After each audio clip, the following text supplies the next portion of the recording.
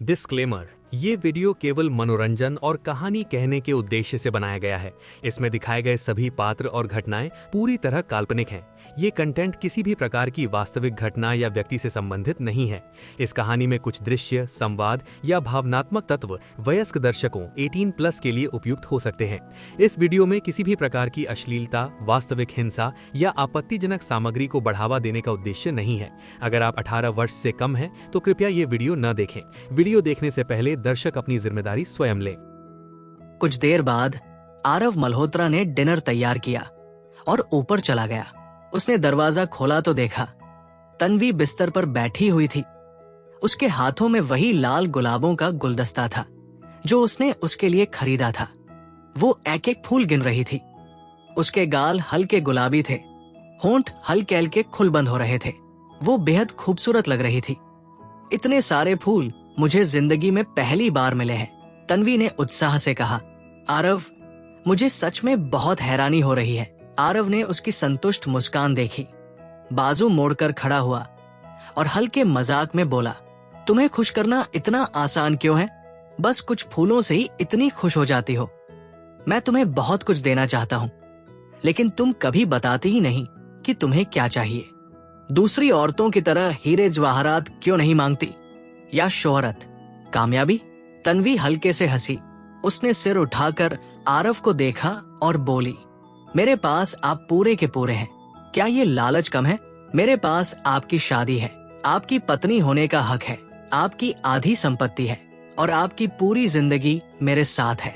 जवाहरात, शोहरत, ये सब मैं खुद भी हासिल कर सकती हूँ।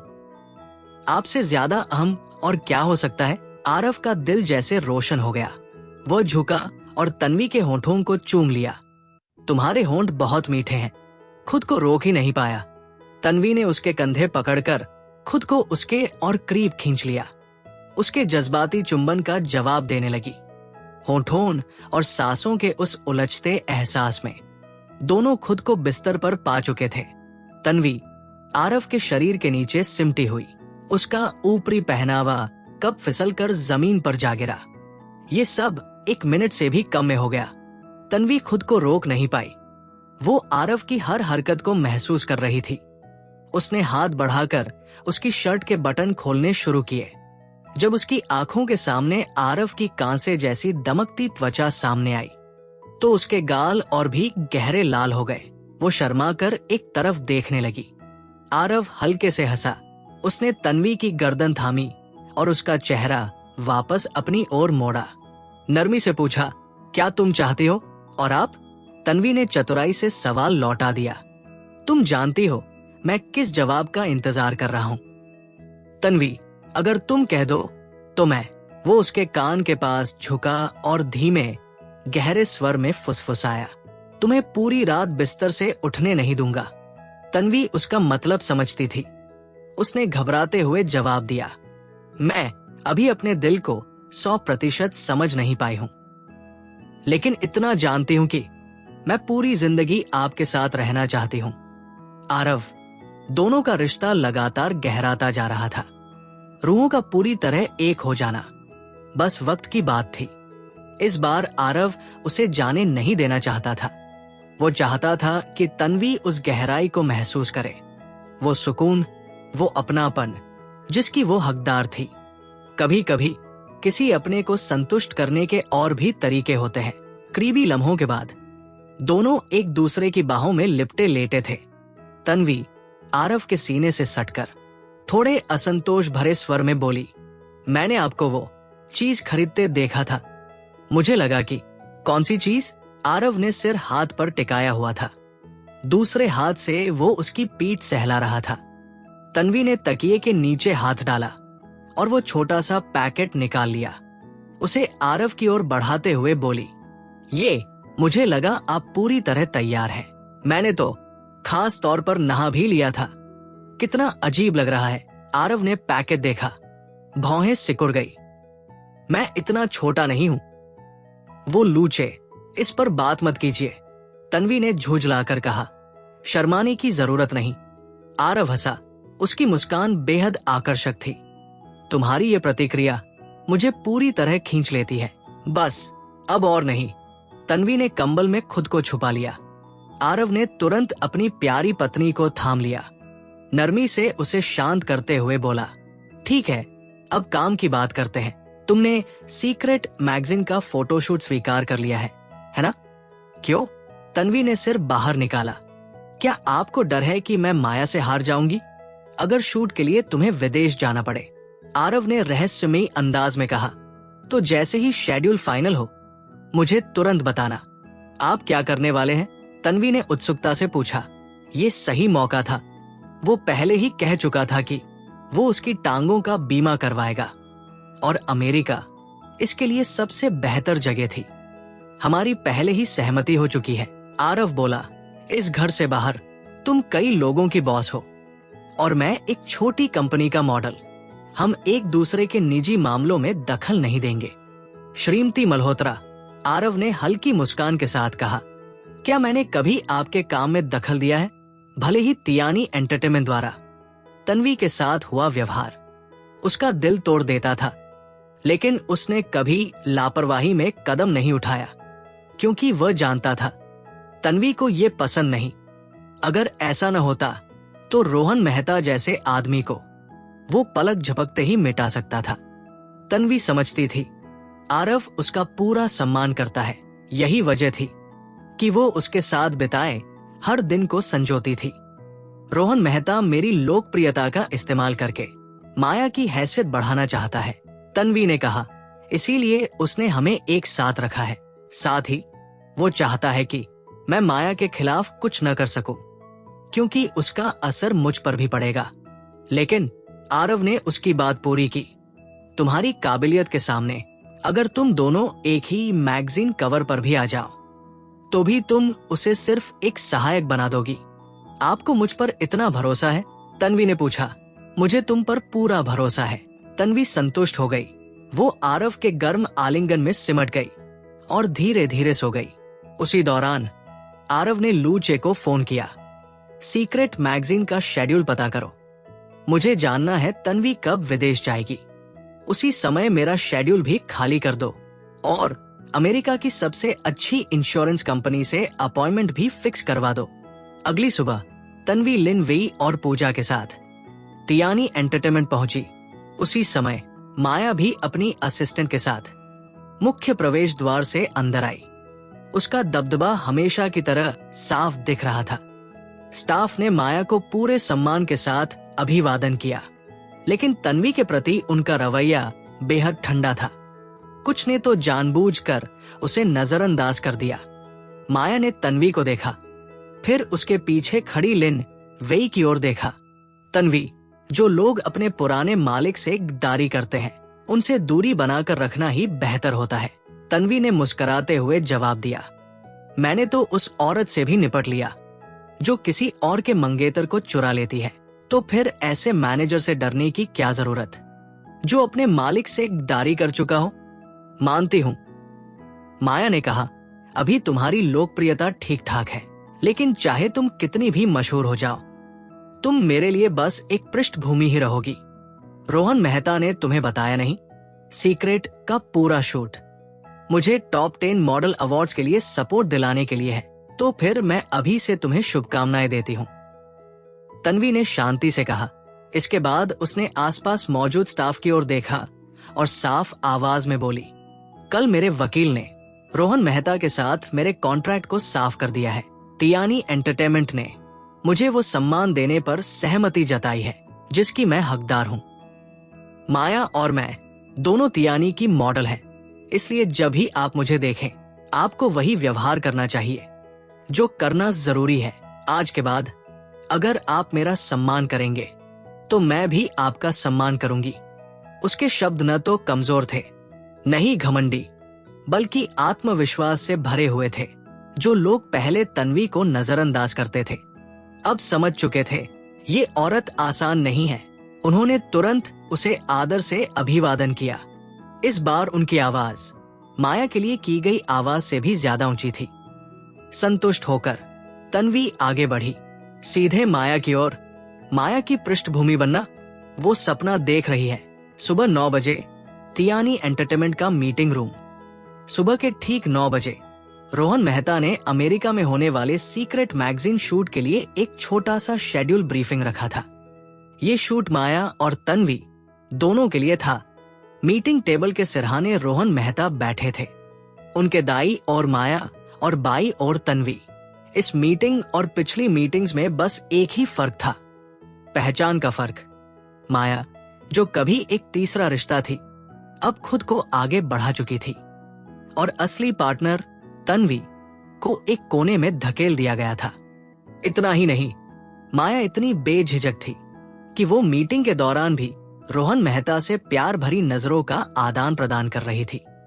कमरे में मौजूद हर इंसान के लिए ये नजारा असहज करने वाला था। लिन वेई ने बगल से तन्वी को देखा। वो प्रोजेक्टर के नीचे बैठी थी।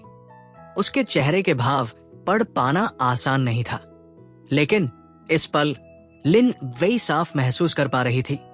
तन्वी की आंखों ने माया और रोहन दोनों को पूरी तरह अनदेखा कर दिया था। यही वो बात थी जिसने लिन वेई को हमेशा तन्वी से प्रभावित किया था। चाहे उसे कितना ही दर्द क्यों न हो, वो कभी अपने जज्बात जाहिर नहीं करती थी और न ही किसी को ये हक देती थी कि वो उसका अपमान करे। रोहन मेहता ने फाइल्स बांटते हुए कहा, इस बार सीक्रेट के शूट के लिए मैं खुद आप दोनों को अमेरिका लेकर जाऊंगा। एक ट्रांसलेटर भी हमारे साथ होगा। कुछ दिन साथ काम करना है, इसलिए पहले से एक दूसरे को समझ लेना जरूरी है ताकि काम पर असर न पड़े। उन्होंने आगे समझाया, सीक्रेट की स्थापना 20 साल पहले हुई थी। कभी ये अमेरिका में बेहद मशहूर था। हालांकि हाल के सालों में इसकी लोकप्रियता घटी है, लेकिन इसका प्रभाव अभी भी कम नहीं आंका जा सकता। इस बार वे एशियन मॉडल्स को इसलिए बुला रहे हैं ताकि ओरिएंटल वेव के जरिए खुद को फिर से खड़ा कर सके। इसलिए आपका रोल बहुत अहम है। फिर रोहन ने नजर उठाकर कहा, फैशन के मामले में माया ज्यादा अनुभवी है, इसलिए तन्वी, तुम्हें उसकी राय सुननी होगी और उसे लीड लेने देना होगा। ये शब्द जैसे ही कमरे में गिरे, हर किसी को समझ आ गया कि क्या हो रहा है। रोहन मेहता जानबूझकर तन्वी को पीछे धकेलकर माया को चमकाना चाहते थे। माया के चेहरे पर उभरी घमंडी मुस्कान देखकर पूजा ने गुस्से में दांत भींच लिए। युफान, माया ने आत्मविश्वास से कहा, फिक्र मत करो, मैं निराश नहीं करूंगी। तन्वी ने कोई जवाब नहीं दिया। वो बस खड़ी हुई, लिन वेई और पूजा की ओर मुड़ी और शांत स्वर में बोली, चलो तन्वी, ये क्या मतलब है? रोहन मेहता ने सख्त आवाज में पूछा। तन्वी रुकी, मुड़ी और बेहद शांत नजरों से रोहन मेहता को देखा। रोहन मेहता, क्या तुम्हें सच में लगता है कि मेरा सब्र हमेशा रहेगा? उसकी आवाज में न गुस्सा था न चीख। माया की छवि सब जानते हैं। ऐसे समय में उसे काम मिलना नामुमकिन है। मेरे नाम का इस्तेमाल करना, मेरी लोकप्रियता पर टिक कर आगे बढ़ना, और मुझसे कहना कि मैं उसे हाईलाइट करूं? तन्वी की आंखें ठंडी थी। क्या वह इसके काबिल है? तन्वी, माया गुस्से से चिल्लाई, हिम्मत है तो फिर से बोल कर दिखाओ, अगर दम है। तन्वी ने बिना आवाज ऊंची किए कहा, तो खुद शूट कर लो। ये कहकर वो लिन वेई और पूजा के साथ बाहर निकलने लगी। लेकिन रोहन मेहता ने गुस्सा दबाते हुए कहा, रुको, अगर कोई बात पसंद नहीं आई तो बैठकर बात कर सकते हैं। तन्वी मुस्कुराई, कड़वी लेकिन सच्ची मुस्कान। पहले मैं बहुत आसानी से मान जाती थी, इसीलिए एक घटिया आदमी और एक बहया औरत ने मुझे रौंदा। रोहन मेहता, तुम जानते हो ये यूएस शूट कितना जरूरी है। तुम बाहर से कितने ही शांत दिखो, अगर मैं मना कर दूं तो घबराओगे तुम ही। शूट होगा या नहीं, ये अब तुम पर है। वैसे भी ये पहली बार नहीं है जब तुमने मेरा करियर फ्रीज किया है। माया को भेज दो। ये सुनते ही पूजा ताली बजाने से खुद को रोक नहीं पाई। लिन वेई भी मुस्कुरा उठी। क्या ये लोग अब भी सोच रहे थे कि वे तन्वी को दबा सकते हैं? अब जागने का वक्त था। तन्वी ने आगे कहा, और जहां तक फैशन सेंस की बात है, ये अभी साबित होना बाकी है कि माया मुझसे बेहतर है। मत भूलो रोहन मेहता, भले ही मेरा स्टेटस अब नहीं रहा, लेकिन तियानी में अब भी सिर्फ मैं ही हूँ जिसने फिल्म की है। क्या तुम सच में एक ऐसे बी ग्रेड मॉडल को अमेरिका भेजना चाहते हो जो आगे बढ़ ही नहीं रही और जिसे ट्रांसलेटर की भी जरूरत पड़े? तन्वी, मैं तुम्हारा मुंह तोड़ दूंगी। माया गुस्से से टेबल पर हाथ पटकते हुए खड़ी हो गई। माया, रोहन ने गहरी सांस लेकर कहा, तन्वी पूरी तरह गलत नहीं है। इस बार तुम्हें उसकी सुननी होगी। मैं नहीं सुनूंगी, माया ने तमतमाकर कहा। फैसला हो चुका है। रोहन की आवाज सख्त थी। तुम्हें मना करने का हक नहीं है। तन्वी ने हल्की सी मुस्कान के साथ सिर घुमाया। सिर्फ उसका एक पहलू दिख रहा था और उसी पल रोहन मेहता को एहसास हुआ। तन्वी बदल चुकी थी। अब वो साफ, स्थिर और आत्मनिर्भर थी। अब उसकी दुनिया रोहन के इर्द गिर्द नहीं घूमती थी।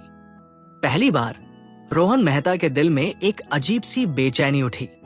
मीटिंग रूम खाली हो चुका था, लेकिन माया अब भी अंदर थी, चीजें फेंकते हुए, चिल्लाते हुए, रोहन मेहता, मुझे अब और बर्दाश्त नहीं। ये शूट मेरे लिए था, फिर मुझे उसकी क्यों सुननी पड़ रही है? बस। रोहन का सब्र टूट गया। कब समझोगी हालात? अगर तन्वी ये शूट नहीं करेगी तो तुम्हारा टॉप 10 मॉडल अवार्ड सपने में भी मत देखना। माया सन्न रह गई। रोहन ने उस पर कभी ऐसे चिल्लाया नहीं था। गुस्से में उसने पेट पर हाथ रखा और रोने लगी। रोहन, मैं तुम्हारे बच्चे की मां बनने वाली हूं। अगर तुम प्रेग्नेंट ना होती, रोहन ने ठंडे स्वर में कहा, तो मुझे खुद अमेरिका जाने की जरूरत ही नहीं पड़ती। मैं जो कुछ भी कर रहा हूं तुम्हारे लिए कर रहा हूं। कम से कम अपना गुस्सा तो काबू में रखो। ये कहकर रोहन बाहर निकल गया। पीछे रह गई माया और उसकी असिस्टेंट। माया, असिस्टेंट ने धीरे से समझाया, प्रेसिडेंट रोहन सही कह रहे हैं। आपने उन्हें पा लिया है। अब यही सबसे अहम वक्त है। थोड़ा सह लो। जैसे ही आपकी वापसी होगी और शोहरत लौटेगी, हमें तन्वी से डरने की जरूरत नहीं पड़ेगी। माया ने आंसू पोंछे। आंखों में जिद और नफरत थी। तन्वी, मैं देखना चाहती हूं, एक आउटडेटेड मॉडल ज्यादा प्रोफेशनल है या मैं? माया, रास्ते में पूजा बोली। माया अभी मीटिंग रूम में तांडव मचा रही होगी। रोहन पर चिल्ला रही होगी कि उसे लीड क्यों नहीं बनाया गया। वो उसकी नकल उतारने लगी। लेकिन तन्वी, पूजा हंसी। आज तो तुम कमाल लग रही थी। जो बोला, एकदम सुकून मिल गया। लिन वेई भी हंसी। मुझे नहीं पता था तुम्हारे अंदर इतना दम है। तन्वी ने खिड़की के बाहर देखते हुए कहा, मैं 17 साल की उम्र में इंडस्ट्री में आई थी। 23 की उम्र में टॉप मॉडल बनी। 9 साल हो गए। इस इंडस्ट्री में ऐसा कुछ नहीं बचा जिसे मैं न समझती हूं। इसीलिए मैंने कभी सोचा था प्यार और शादी मेरा सहारा बन सकते हैं, लेकिन अब समझ आ गया है मैं सिर्फ खुद पर ही भरोसा कर सकती हूं। हाँ, पीछे खड़े आरव मल्होत्रा एक अपवाद है। कुछ लोग पूरी जिंदगी इंडस्ट्री में रहते हैं, पूजा बोली, फिर भी कुछ नहीं समझते क्योंकि उन्हें कभी धोखा नहीं मिला। तन्वी ने धीरे से कहा, अब घर चलो। वो खड़ी हुई। बैग पैक करने हैं, कल अमेरिका की फ्लाइट है। लिन वेई और पूजा से बात करने के बाद तन्वी को याद आया कि आरव मल्होत्रा ने पहले ही उससे कहा था, जैसे ही उसका यात्रा कार्यक्रम तय हो तुरंत उन्हें बता दे। इसलिए बिना देर किए तन्वी ने पूरा इटिनरी आरव को भेज दिया। भले ही उसे नहीं पता था कि आरव ने क्या प्लान किया है, लेकिन एक बात उसे पूरे यकीन से पता थी, आरव मल्होत्रा कभी उसे नुकसान नहीं पहुंचाएंगे।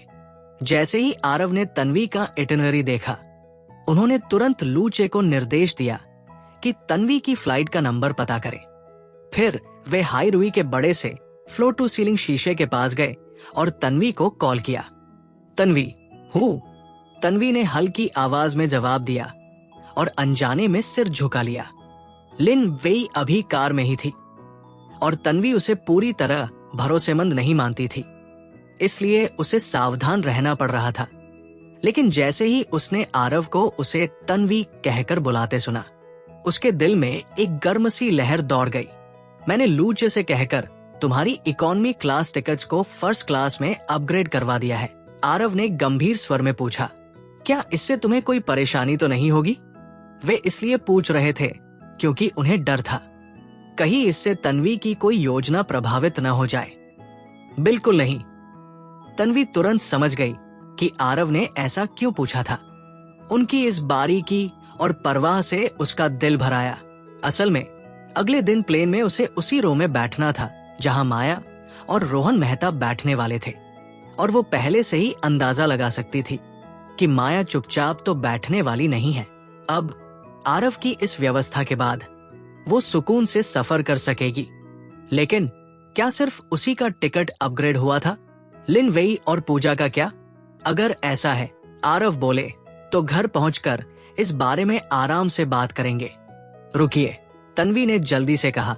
आरव उसकी आवाज में झिझक महसूस कर पाए और ये भी समझ गए कि इस समय बात करना उसके लिए सुविधाजनक नहीं है। अगर बात करना मुश्किल है, आरव ने कहा, तो मुझे मैसेज कर देना। ठीक है, तन्वी ने फोन काटते हुए सिर हिलाया। इसके तुरंत बाद उसने उन्हें अपने मन की उलझने मैसेज कर दी। उसने साफ साफ लिखा, वो अभी लिन वेई पर पूरी तरह भरोसा नहीं कर पा रही है, लेकिन जब लिन वेई ने उसके साथ रहने का फैसला कर ही लिया है तो वो उसे पूजा से अलग ट्रीट भी नहीं कर सकती, क्योंकि ऐसा करने से उसका दिल टूट सकता है। आरव ने मैसेज पढ़ा और उनके होठों पर एक हल्की आकर्षक मुस्कान उभर आई। तन्वी की सोच काफी गहरी थी, लेकिन वो अभी भी किसी स्थिति को पूरी तस्वीर में देखने की क्षमता में थोड़ी कमजोर थी, और यही वो जगह थी जहां आरव मल्होत्रा उसकी हर कमी पूरी कर देते थे। यही वजह थी कि वे दोनों एक दूसरे के लिए इतने परफेक्ट थे। वो न सिर्फ उसे सही दिशा दिखाते थे, बल्कि मुश्किल फैसले लेने में भी उसकी मदद करते थे। आराम से सोचो और थोड़ा रिस्क लो, आरव ने जवाब भेजा। पूजा भले ही वफादार है, लेकिन उसकी क्षमताओं की भी एक सीमा है। वही दूसरी तरफ लिन वेई में चाहे कई खामियां हों, लेकिन उसने बड़े बड़े कलाकारों को मैनेज किया है। हर पहलू में वो पूजा से ज्यादा सक्षम है। और मत भूलो, लिन वेई के बारे में हमारे पास सब कुछ है। अगर ये दाव हार भी गए तो ज्यादा से ज्यादा कुछ हासिल नहीं होगा, नुकसान नहीं। मैसेज पढ़ते ही तन्वी का पूरा शरीर ढीला पड़ गया। उसका मन शांत हो गया। समझ गई, पति देव, उसने जवाब किया। मैंने उन दोनों के टिकट भी अपग्रेड कर दिए हैं। आरव का अगला मैसेज आया। फिक्र मत करो, तन्वी को पहले से ही पता था। उसका पति एक ऐसे राजा की तरह है जो अपनी ताकत का इस्तेमाल पूरी तरह जानता है। इतनी सी बात वे कैसे भूल सकते थे? देर रात खूबसूरती से रोशन बेडरूम में रोहन मेहता अपना सामान पैक कर रहा था। पीछे से माया आई और उसने उसके शरीर को बाहों में भर लिया। उसकी आवाज बेहद नरम और मीठी थी, मानो वो वही औरत न हो जो कुछ घंटे पहले मीटिंग रूम में तांडव मचा रही थी। माफ करना रोहन, आज मीटिंग में मेरी गलती थी। मैं तुम्हारी परवाह नहीं कर पाई। कोई बात नहीं, रोहन ने सूटकेस बंद करते हुए कहा। हम इतने सालों से साथ हैं, क्या तुम्हें नहीं लगता मैं तुम्हारे गुस्से का आदी हो चुका हूं? सोचो, अगर मुझे तुम्हारी और हमारे बच्चे की फिक्र न होती तो क्या मैं खुद अमेरिका जाता? वो मुड़ा और माया को देखा। अब से अपना गुस्सा काबू में रखना और तन्वी से उलझना बंद करो, कहीं तुम खुद को नुकसान न पहुंचा लो। लेकिन माया की आवाज कांप गई। मुझे डर लगता है कि कहीं तुम और वो फिर से। बकवास मत करो, रोहन ने तुरंत कहा। तुम जानती हो मैं किससे प्यार करता हूं। हमारा भविष्य लंबा है। उस औरत को हमारे बीच मत आने दो। तुम गर्भवती हो, उसने उसे समझाया। खुश रहना जरूरी है, माया ने लाड से कहा। तो कल प्लेन में तुम तन्वी को एक नजर भी नहीं देखोगे, सिर्फ मुझ पर ध्यान दोगे। वो जानती थी ऐसी बातें मर्दों को कमजोर कर देती है। ठीक है, रोहन ने कहा, और अगले ही पल उसे बाहों में उठाकर बाथरूम की ओर ले गया। माया के चेहरे पर जीत की मुस्कान थी। अमेरिका की इस यात्रा में वो तन्वी को दिखा देगी रोहन मेहता किसका है, भले ही तन्वी दोबारा मशहूर हो जाए। रोहन का दिल वो कभी वापस नहीं जीत पाएगी। रोहन मेहता और तियानी एंटरटेनमेंट दोनों उसके हैं, या शायद ऐसा सिर्फ माया सोच रही थी, क्योंकि सच ये था, तन्वी को इन सब से कोई फर्क ही नहीं पड़ता था। उसी रात लगभग उसी रोशनी में तन्वी भी अपना सामान पैक कर रही थी, लेकिन उसकी नजर अचानक अलमारी में रखे आरव मल्होत्रा के सूटकेस पर पड़ी। जिज्ञासा में वो स्टडी रूम तक गई। आरव, उसने धीरे से पूछा, क्या तुम्हें भी किसी बिजनेस ट्रिप पर जाना है? हाँ, आरव ने सिर हिलाया। कल मेरी भी फ्लाइट है। वो बेहद व्यस्त लग रहे थे। तन्वी ने और सवाल नहीं किए। वो नहीं चाहती थी कि उसके काम में दखल दे। उसने सोचा सोने से पहले वो खुद ही बता देंगे, लेकिन ऐसा नहीं हुआ। आरव पूरी रात काम करते रहे और सुबह बहुत जल्दी निकल गए। तन्वी ने उनके छोड़े हुए नोट को देखा। उसे लगा जरूर कोई जरूरी काम होगा। उसने तय किया अमेरिका पहुंचकर उन्हें रिपोर्ट करेगी। उसके मन में कोई शक नहीं था। सुबह एयरपोर्ट। सुबह सुबह लिन वेई पहले से ही हयात रीजेंसी के बाहर इंतजार कर रही थी। चूंकि तन्वी ने अभी तक उसे आरव के साथ अपने रिश्ते के बारे में नहीं बताया था, इसलिए पूजा भी चुप रही। उसने बस चुपचाप तन्वी का सामान कार में रखवाया। तीनों जल्दी ही एयरपोर्ट पहुंचे, जहां रोहन मेहता और बाकी लोग पहले से मौजूद थे। सुबह का वक्त था। भीड़ कम थी। बिना किसी झिझक के रोहन और माया हाथों में हाथ डाले खड़े थे, सीधे तन्वी के सामने। माया जानबूझकर तन्वी को उकसाने वाली नजर से देख रही थी। पूजा का दिल कर रहा था उसी पल एक जोरदार थप्पड़ जड़ दे। पूजा, रोहन ने हुक्म दिया, जाओ और बोर्डिंग पास ले आओ। मैं ही क्यों? पूजा समझ गई ये जानबूझकर किया जा रहा था। पूजा, जाओ, तन्वी ने उसकी ओर देखते हुए कहा। पूजा को समझ आ गया। ठीक है, वो बोली, यही रुकना, अभी आती हूं। माया और उसकी असिस्टेंट ने एक दूसरे को देखा। लगता है आने वाले दिनों में कोई उनके बैग भी उठाने वाला है। लेकिन जब पूजा वापस आई तो उसके हाथ में सिर्फ 3 बोर्डिंग पास थे। ये क्या है? माया ने गुस्से से पूछा। मैं तन्वी की असिस्टेंट हूं। पूजा ने साफ कहा, मेरी सैलरी तन्वी देती है, तियानी एंटरटेनमेंट नहीं। तो फिर मैं आपका बोर्डिंग पास क्यों लाऊं? आपकी अपनी असिस्टेंट है ना? माया और उसकी असिस्टेंट गुस्से से दांत पीसने लगी। रोहन ने तन्वी की ओर देखा, लेकिन तन्वी ने सनग्लासेस लगा लिए और दूसरी तरफ मुंह मोड़ लिया। माया ने मन ही मन सोचा, प्लेन में और जलन मिलेगी, इंतजार करो। सुबह 8:20 बोर्डिंग टाइम। बोर्डिंग शुरू हो चुकी थी। तन्वी को कुछ फैंस पहचान गए और ऑटोग्राफ लेने लगे। इस वजह से उसे थोड़ी देर हो गई। रोहन और माया पहले प्लेन में चढ़ गए। तन्वी पीछे रह गई। तीनों को एक ही रो में बैठना था।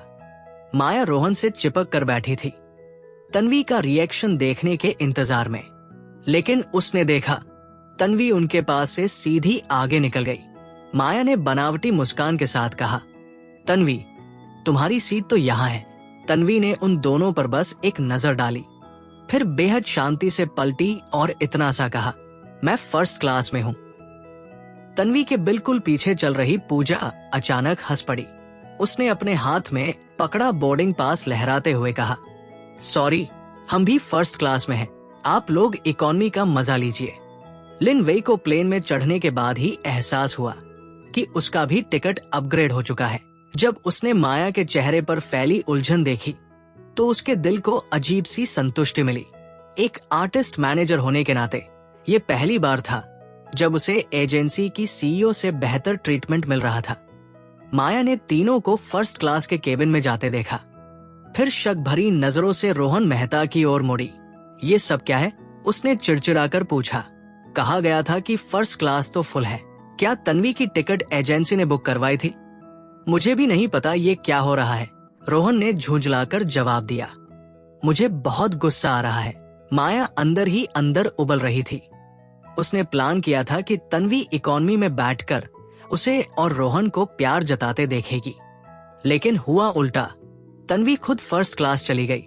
तन्वी भी यही सोच रही थी कि फर्स्ट क्लास शायद भरी होगी, लेकिन जैसे ही तीनों अंदर पहुंचे उसने देखा उनके अलावा वहां कोई और यात्री था ही नहीं। तन्वी, पूजा ने धीमी आवाज में कहा, कहीं वो बदतमीज और वो औरत भी यहाँ अपग्रेड होकर ना आ जाए। हालांकि first class cabin sliding door से अलग था, लेकिन साफ दिख रहा था कि वहां कोई और नहीं है। फिर भी पूजा को हल्की सी चिंता हो गई थी। तभी एक एयर होस्टेस मुस्कुराते हुए बोली, मैडम, आप निश्चिंत रहिए, मिस तन्वी के आराम में कोई बाधा न पड़े, इसलिए मिस्टर मो ने पूरा फर्स्ट क्लास केबिन बुक कर लिया है। यहाँ कोई और पैसेंजर नहीं आएगा। एयर होस्टेस की बात सुनते ही पूजा ने अपना सिर पकड़ लिया, मानो उसका दिमाग फटने वाला हो। तन्वी, वो हंसते हंसते बोली, तू तो सच में किस्मत वाली है। पूरी देर लिन वेई के चेहरे पर उलझन छाई रही। वो अभी सवाल करने ही वाली थी कि प्लेन के प्राइवेट बाथरूम से एक सम्मानित सा आदमी बाहर आया, ब्राउन सूट में, बेहद सधे हुए भाव और चेहरे पर अजीब सी ठहराव भरी शांति। उसके दाएं कान के पास एक काला तिल था जो किसी चमकते काले हीरे जैसा लग रहा था। हे भगवान! हाईरुई एंटरटेनमेंट का सीईओ, एंटरटेनमेंट इंडस्ट्री की एक जिंदा किंवदंती। लिन वेई पूरी तरह सन्न रह गई। उसने कभी सपने में भी नहीं सोचा था कि वो आरव मल्होत्रा को इस तरह, इस हालात में देखेगी। लेकिन उससे भी ज्यादा चौंकाने वाली थी तन्वी की प्रतिक्रिया। उसके चेहरे पर जरा भी अजनबियत नहीं थी, बल्कि वो खुश होकर बोली, मिस्टर मो, क्या आप बता सकते हैं कि आप आज सुबह बिना बताए गायब कैसे हो गए और अब अचानक यहाँ कैसे प्रकट हो गए? मिसेज मो, आरव ने हल्की मुस्कान के साथ कहा, लगता है आप मुझे देखना नहीं चाहती थी। ये कहते हुए उन्होंने बड़े सलीके से तन्वी के हाथ से उसका बैग ले लिया। ऐसा नहीं है, तन्वी ने मुस्कुराकर जवाब दिया, बस थोड़ा सा झटका लगा है। प्रेसिडेंट मो को मेरे सामने आने के नए नए तरीके ढूंढने में महारत हासिल है। ये कहते हुए तन्वी ने प्यार से आरव की बाह पकड़ ली और दोनों एक छोटे से प्राइवेट रूम में चले गए। दरवाजा बंद हो गया। वो लिन वेई का दिमाग सुन्न हो चुका था। उस पल वो कुछ भी समझ नहीं पा रही थी। तन्वी ने तुम्हें अभी तक ऑफिशियली इंट्रोड्यूस नहीं कराया? पूजा ने भौहें उठाकर पूछा।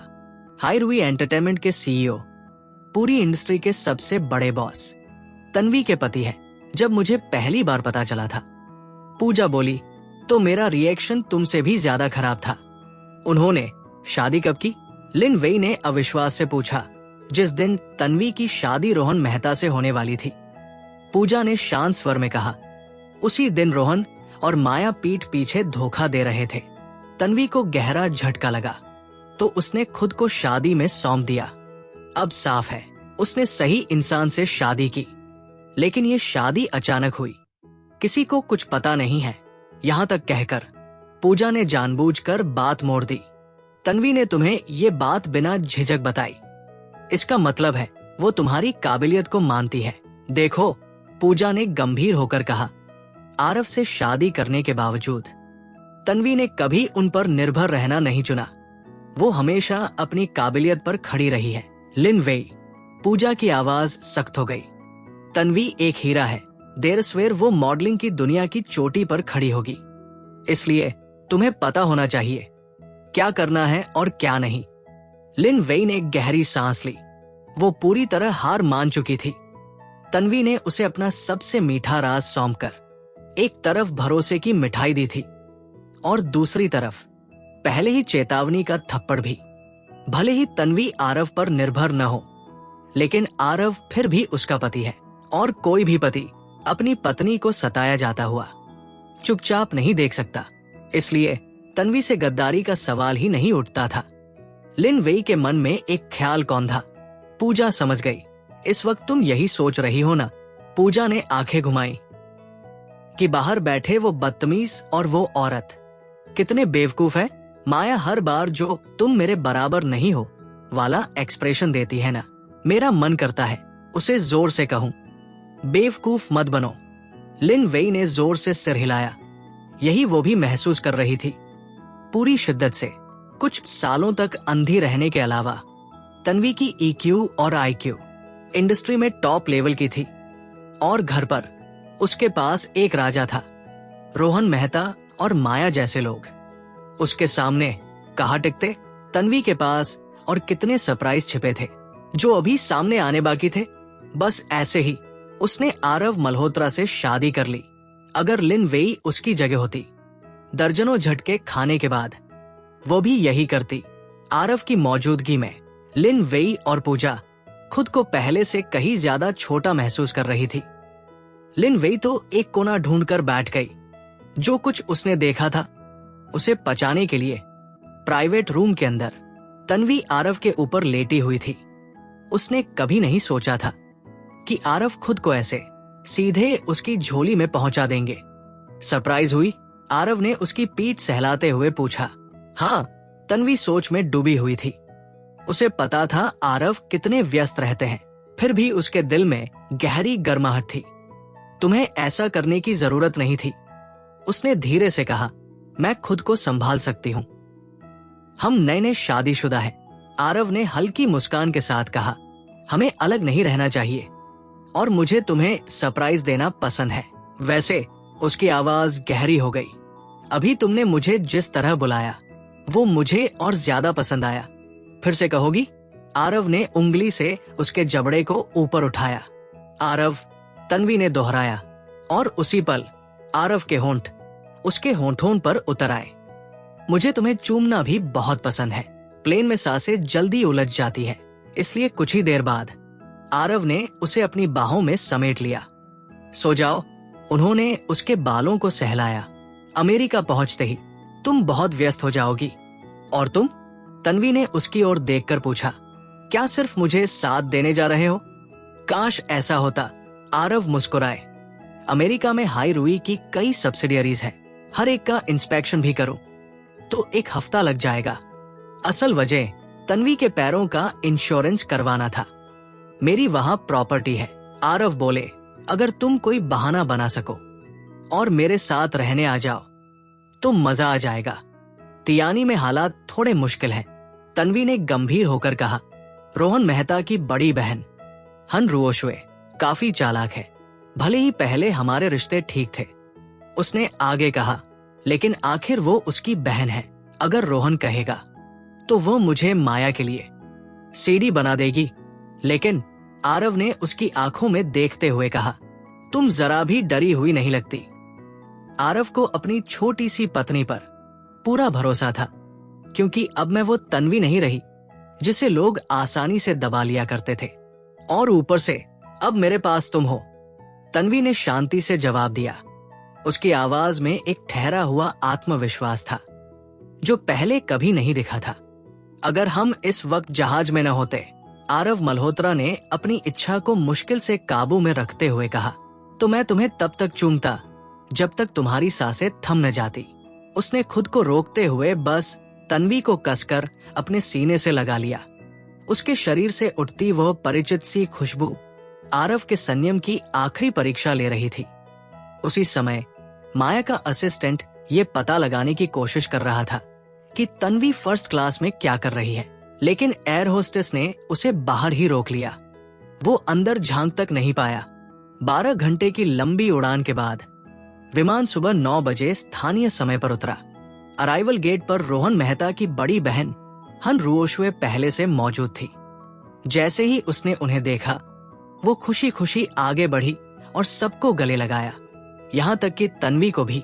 हन रुओशुए का चेहरा ओरिएंटल था, लेकिन कदकाठी पूरी तरह पश्चिमी। उसके कपड़े दुनिया में सिर्फ एक पीस वाले लिमिटेड डिजाइन। कमी बस एक थी, उसका चेहरा कुछ ज्यादा ही साधारण था, वरना वो खुद भी एंटरटेनमेंट इंडस्ट्री में चमक सकती थी। लेकिन उसकी सबसे बड़ी ताकत थी टैलेंट पहचानने की नजर। भले ही उसके कलाकार बहुत बड़े स्टार ना हो, लेकिन वेस्टर्न मार्केट में उनका असर गरूर था। जब तन्वी और रोहन साथ थे, तब उसने हन रुओशुए को सिर्फ 2 बार देखा था। और सच कहे तो तन्वी को ऐसे लोग पसंद नहीं थे जो दूसरों को कंट्रोल करने की कोशिश करते हों, और हन रुओशुए बेहद कंट्रोलिंग थी। तन्वी, हन रुओशुए ने सबके सामने बोलना शुरू किया, मुझे तुम्हारे और रोहन के बीच जो हुआ सब पता है। मैंने उसे डांटा भी है, लेकिन काम और निजी रिश्तों को अलग रखना सीखो। उसकी आवाज में साफ साफ हुक्म था। सीक्रेट मैगजीन के इस शूट के लिए मेरी थोड़ी सी इज्जत रख लेना, उनकी बात मान लेना और रोहन के लिए मुश्किलें मत खड़ी करना, ठीक है? पूजा का दिल गुस्से से भर उठा। माया को कुछ क्यों नहीं कहा जा रहा? सिर्फ तन्वी को ही क्यों निशाना बनाया जा रहा है? क्या हन रुओशुए ये सोच रही है कि तन्वी को अमेरिका लाकर अब वो उसके इलाके में आ चुकी है और वो उसे जैसे चाहे रौन सकती है? लेकिन तन्वी शांत रही। उसने बस हन रुओशुए की तरफ देखा और हल्की सी मुस्कान दी। ना गुस्सा, ना हामी। उसकी ये प्रतिक्रिया हन रुओशुए को और भी असहज कर गई। वो समझ ही नहीं पाई इस लड़की के दिमाग में चल क्या रहा है। टीम एयरपोर्ट के बाहर की ओर बढ़ी। उसी वक्त दूसरी तरफ से आरव मल्होत्रा अपनी अमेरिकी सब्सिडियरी के कुछ सीनियर अधिकारियों के साथ बाहर निकल रहा था। हन रुओशुए की नजर जैसे ही उस पर पड़ी, वो किसी सुपरस्टार को देख लेने जैसी खुशी से भर गई। ऊंची एडी में लड़खड़ाती हुई वो उसके पीछे भागी। President Aarav, president Aarav. उसकी आवाज सुनकर आरव पलटा, लेकिन उसकी नजर सीधे तन्वी पर जाकर ठहर गई। दोनों की निगाहें मिली। बिना शब्दों के एक पूरी बातचीत हो गई। आरव चाहता था कि तन्वी कोई बहाना बनाकर उसके साथ रहने आ जाए। तन्वी मुस्कुराई। वो समझ गई वो पूरी कोशिश करेगी। पूजा और लिन वी सब समझ रहे थे और ये भी जानते थे कि हन रुओशुए आरव के 2 मीटर के भीतर भी नहीं पहुंच पाएगी। और वही हुआ। तन्वी को देखते ही आरव ने जानबूझकर हन रुओशुए को अनदेखा किया और सीधे बाहर खड़ी लिंकन लिमोजिन में बैठ गया। हन रुओशुए बस दूर से उसे जाते हुए देखती रह गई। बेतुका पूजा मन ही मन हंसी। क्या उसने सच में सोचा था कि हर कोई तन्वी के बिग बॉस के पास पहुंच सकता है?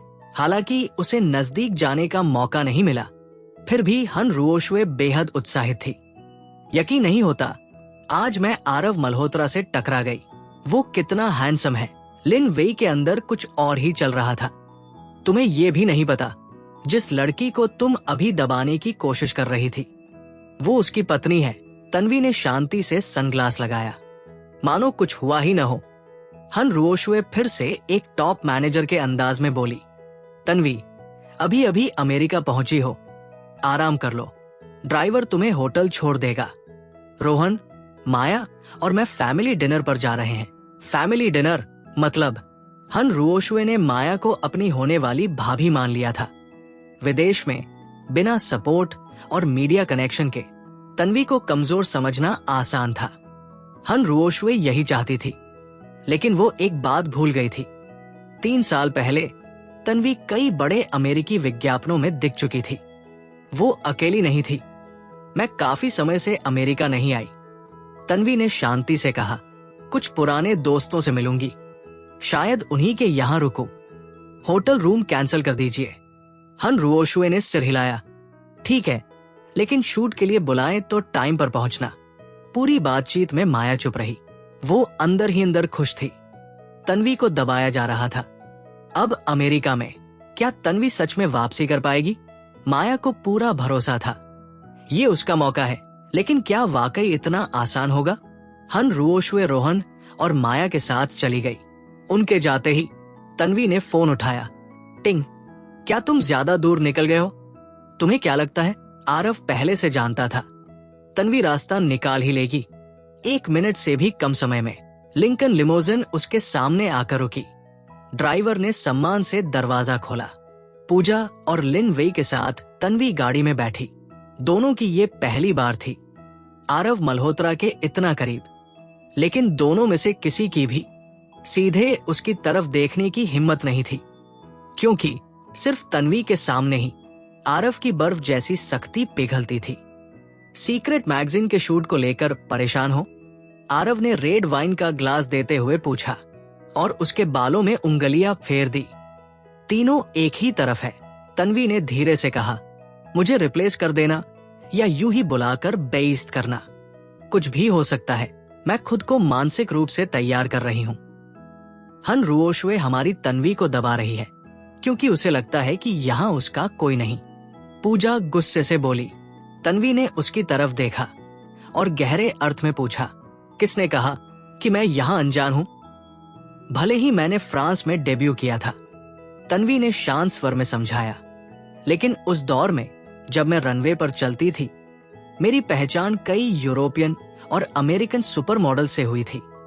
हेडी, वैंगना और कई अन्य। अमेरिकन रॉयल मैगजीन की एडिटर भी लगभग आधे महीने तक मेरी मेंटर रही थी। हालांकि अब शायद उन्हें मैं याद ना आऊं। उस समय कोई भी मुझे मेरे चीनी नाम से नहीं जानता था, वे मुझे कीरा के नाम से जानते थे। तन्वी के मुंह से इतने बड़े अंतर्राष्ट्रीय नाम सुनते ही पूजा और लिन वेई हैरानी से एक दूसरे को देखने लगी। मुझे पता है, तन्वी ने आगे कहा।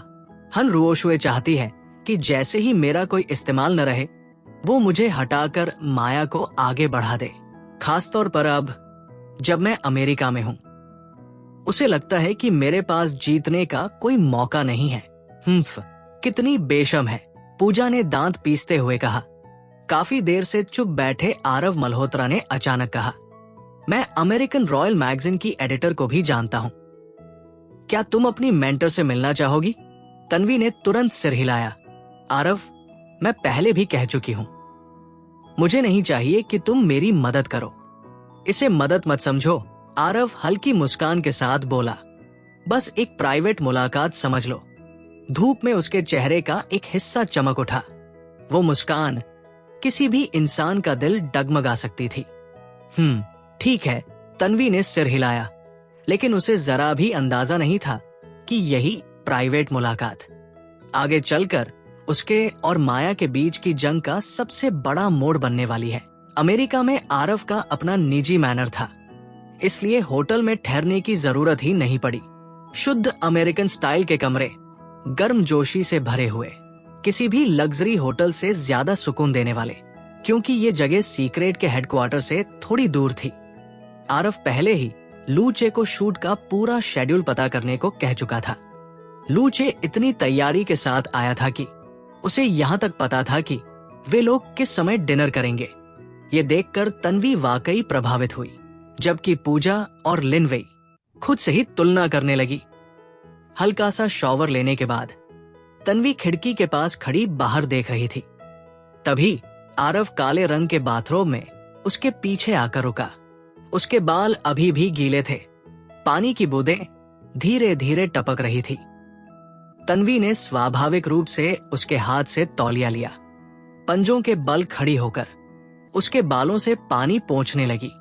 आरव की नजर उस पर टिक गई, गंभीर और गहरी। क्या सोच रहे हो? तन्वी ने हल्की मुस्कान के साथ पूछा। इतनी ध्यान से क्यों देख रहे हो?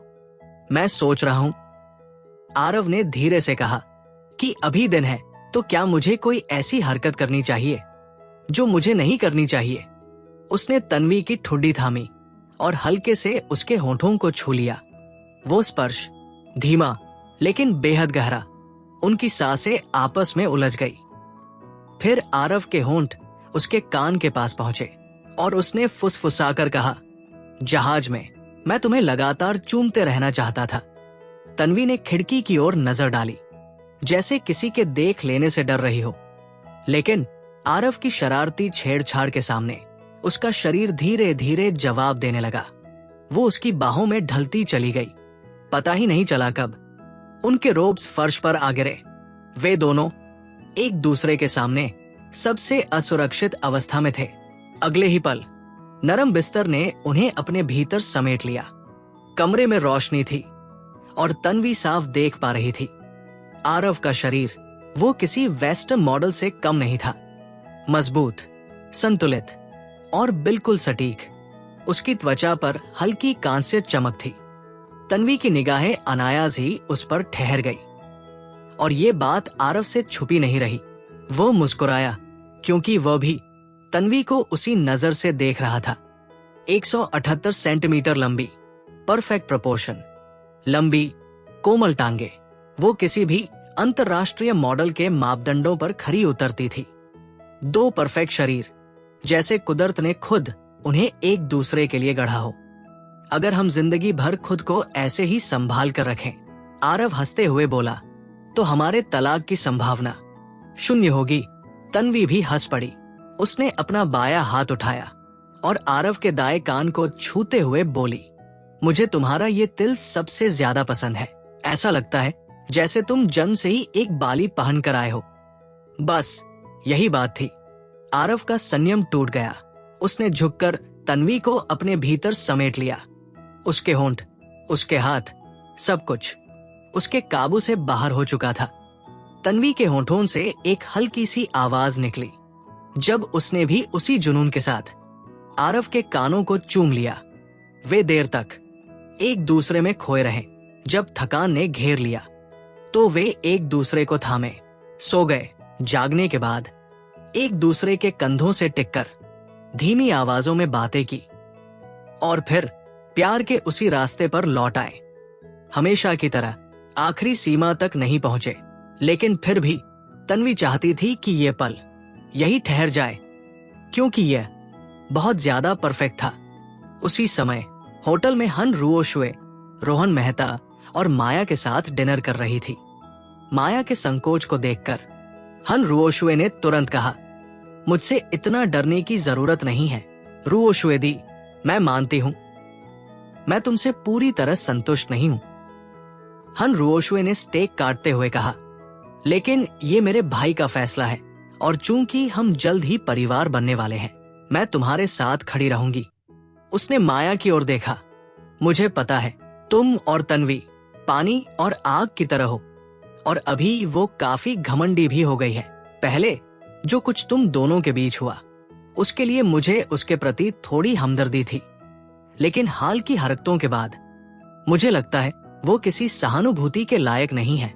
कल सुबह 8 बजे सीक्रेट के साथ मीटिंग है। हन रुओशुए ने ठंडे स्वर में कहा, लेकिन मैंने अपने असिस्टेंट से कह दिया है कि तन्वी को 9 बजे का समय बताया जाए। सीक्रेट की एडिटर लेट आने वालों से नफरत करती है, तो उसकी आंखों में चालाकी चमकी। कल तन्वी का रिप्लेस होना तय है। अगली सुबह सीक्रेट का हेडक्वार्टर फ्रंट डेस्क स्टाफ द्वारा अंदर भेजे जाने के बाद तन्वी सुबह 7 बजे ही मीटिंग रूम में बैठी हुई थी। वो हन रुओशुए और बाकी लोगों से पूरे आधे घंटे पहले पहुंच चुकी थी। उधर माया ये मानकर चल रही थी कि तन्वी अभी भी अपने बिस्तर में गहरी नींद ले रही होगी। उसे जरा भी अंदाजा नहीं था कि जब तक वे लोग मीटिंग रूम पहुंचेंगे, तन्वी काफी देर से वहां मौजूद होगी। हन रुओशुए के चेहरे पर भ्रम साफ झलक रहा था। उसने तो योजना बनाई थी कि तन्वी को 9 बजे बुलाया जाएगा, इतनी देर से कि उसे मीटिंग रूम में घुसने भी न दिया जाए। इस तरह तन्वी को कभी पता ही नहीं चलता कि उसे जानबूझकर गलत समय बताया गया था। लेकिन अब तन्वी समय से पहले पहुंच चुकी थी। ये साफ था कि तन्वी समझ चुकी थी कि उसे बाहर करने की कोशिश की जा रही है। फिर भी हन रुओशुए को जरा भी फर्क नहीं पड़ा। आखिरकार वो इस पूरे इवेंट की आयोजक थी और उसके फैसलों को टालने की हिम्मत किसी में नहीं थी। तन्वी, तुम इतनी जल्दी यहाँ क्यों आ गई? माया ने झुंझलाकर पूछा। ये साफ दिख रहा था कि हन रुओशुए की योजना तन्वी पर काम नहीं कर पाई थी। मेरा एक दोस्त इसी रास्ते से गुजर रहा था, तन्वी ने शांति से जवाब दिया, तो उसने मुझे काम पर जाते हुए छोड़ दिया। बस बहुत हो गया। हन रुओशुए ने दोनों को चुप कराते हुए कहा, मीटिंग शुरू होने वाली है। कुछ ही देर में मीटिंग की जिम्मेदार व्यक्ति अंदर आई। वो करीब 40 साल की एक मिडिल एज महिला थी। उसके पीछे पीछे 2 असिस्टेंट आए, जिनके हाथों में दस्तावेजों का एक बड़ा सा ढेर था। रुओशुए, उस महिला ने कहा, मैंने इन दोनों मॉडलों की फाइल देख ली है। उसने सिर उठाकर एक नजर तन्वी और माया पर डाली, फिर आगे बोली, लेकिन मुझे इनमें से सिर्फ एक चाहिए। मुझे पता है सबका समय कीमती है, इसलिए मैं बात घुमाऊंगी नहीं। मुझे माया चाहिए, और जहां तक तन्वी की बात है, मुझे नहीं लगता कि वह हमारे शूट के थीम के लिए उपयुक्त है। कहते हुए उसने तन्वी की पोर्टफोलियो फाइल टेबल पर सीधे फेंक दी। अगर आपको तन्वी नहीं चाहिए, हन रुओशुए ने तुरंत कहा, तो मेरे पास आपके लिए और भी मॉडल्स हैं। सब कुछ वैसा ही हो रहा था जैसा हन रुओशुए ने सोचा था। काफी समय से वह इस महिला के दिमाग में तन्वी के खिलाफ नकारात्मक बातें भर रही थी। हन रुओशुए ने तुरंत अपनी बाकी मॉडल्स की फाइलें निकाली और महिला के सामने रख दी। इस तरह उसने एक ही तीर से कई निशाने साध लिए। तन्वी को हटाया, माया को फायदा दिलाया और अपनी नई मॉडल्स को आगे लाने का मौका भी पा लिया। फैसला करने से पहले मैं एक बार देख लेना चाहती हूं, महिला ने कहा। उसने असिस्टेंट्स को फाइलें समेटने का इशारा किया और उठने ही वाली थी कि अचानक तन्वी की आवाज गूंजी, क्या मैं पूछ सकती हूं? तन्वी ने कहा, मिस मीना, आप जिस थीम की बात कर रही है वो क्या है?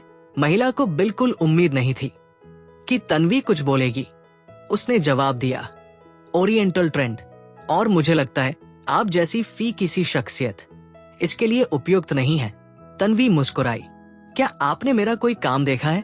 उसने पूछा। या मुझे किसी शो में देखा है? क्या तुम एक नई मॉडल नहीं हो? मीना ने सवाल किया। साफ था उसने कभी तन्वी का नाम नहीं सुना था। क्या ये बात आपको मिस हन ने बताई थी कि मैं नहीं हूं? तन्वी ने शांत स्वर में पूछा, बिना कोई दबाव बनाए। तन्वी, हद से ज्यादा मत जाओ। हन रुओशुए गुस्से से बोली, ये हमारा फैसला है, तुम्हें सवाल करने का कोई हक नहीं। तन्वी की मुस्कान और गहरी हो गई। आपने मेरी लोकप्रियता का इस्तेमाल करके माया को अमेरिका लाया, वो साफ और तीखे स्वर में बोली। फिर मेरे नाम का इस्तेमाल करके अपनी नई मॉडल्स को आगे बढ़ाया। इतना इस्तेमाल करने के बाद क्या मुझे कुछ सवाल पूछने का भी हक नहीं? तन्वी, तुम सच में बर्दाश्त करना नहीं जानती। मेरी सहनशीलता, तन्वी ने ठंडे स्वर में कहा, घटिया लोगों, उनके साथियों और उनके शानदार रिश्तेदारों के लिए नहीं है। फिर वो मुड़ी और मिस मीना की ओर देखकर बोली, चूंकि आपने मेरा कोई काम देखा ही नहीं, तो ये दिखावा करने का कोई मतलब नहीं। ऐसा करते हैं, एक शर्त लगाते हैं, कल सुबह होने से पहले पहले आपको अपने आज के फैसले पर जरूर पछतावा होगा। इतना कहकर तन्वी ने बड़े बड़े कदमों से पूजा और लिन वेई को साथ लिया और बाहर निकल गई। चलते चलते उसने अपने सनग्लासेस पहन लिए। मीना तन्वी के आत्मविश्वास से पूरी तरह स्तब्ध रह गई। तन्वी के जाते ही उसने हन रुओशुए से पूछा, ये मॉडल कौन है? हन रुओशुए का चेहरा गुस्से से लाल हो चुका था। उसने सीधे कहा, एक ऐसी नई मॉडल जो कभी कहीं नहीं पहुंचेगी। कोई खास नहीं। मीना ने ज्यादा ध्यान नहीं दिया।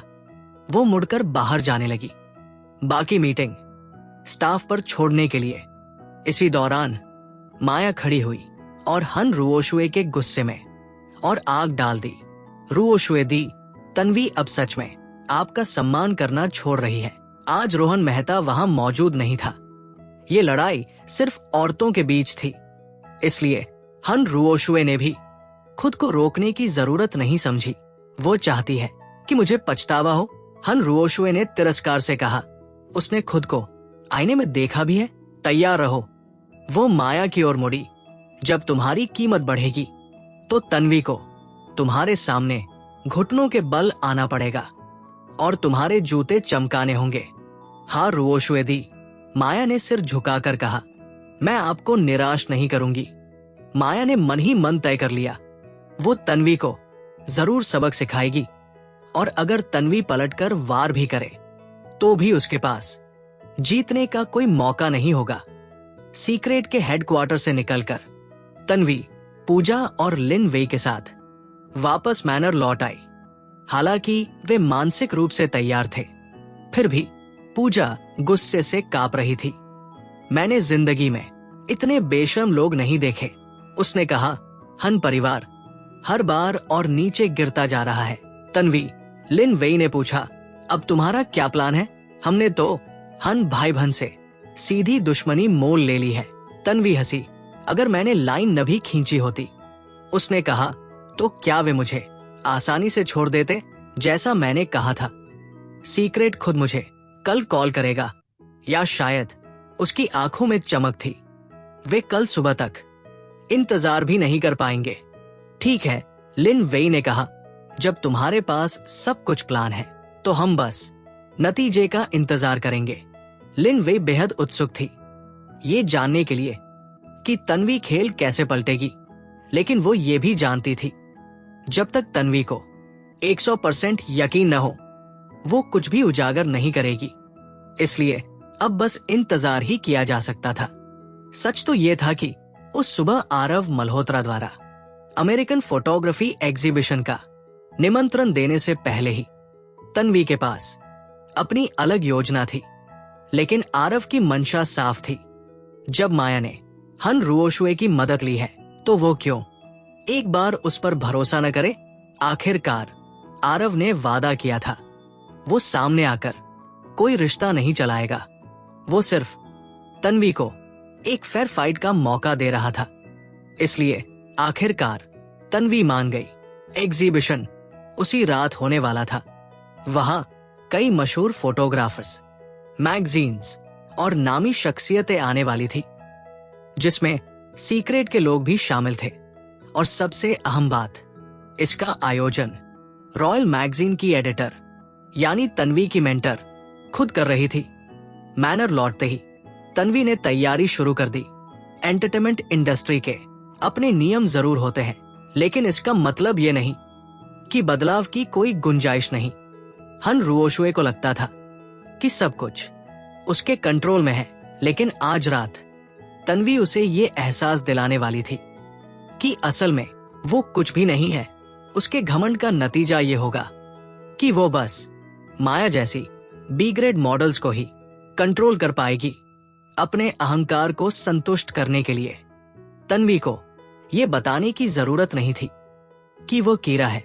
उसे बस अपनी मेंटर के बगल में खड़ा होना था और हर कोई समझ जाता कि उसकी हैसियत औसत से कहीं ऊपर है। वो एक नई मॉडल? किसने कहा? आरव मल्होत्रा ने अपने लोगों को पहले ही निर्देश दे दिए थे कि वे तन्वी के लिए ढेरों ड्रेसेस तैयार रखें। उनमें से एक ड्रेस उन्होंने खुद चुनी थी, सुनहरी पैटर्न वाली स्ट्रैपलेस, जिसके भीतर सफेद लाइनिंग थी। उस ड्रेस का पैटर्न किसी ओरिएंटल इंक पेंटिंग जैसा था। ड्रेस में गहरी पूर्वी सौंदर्य की झलक थी, और जैसे ही वो तन्वी के शरीर पर सजी, वो पूरी तरह एक शास्त्रीय ओरिएंटल सुंदरी बन गई।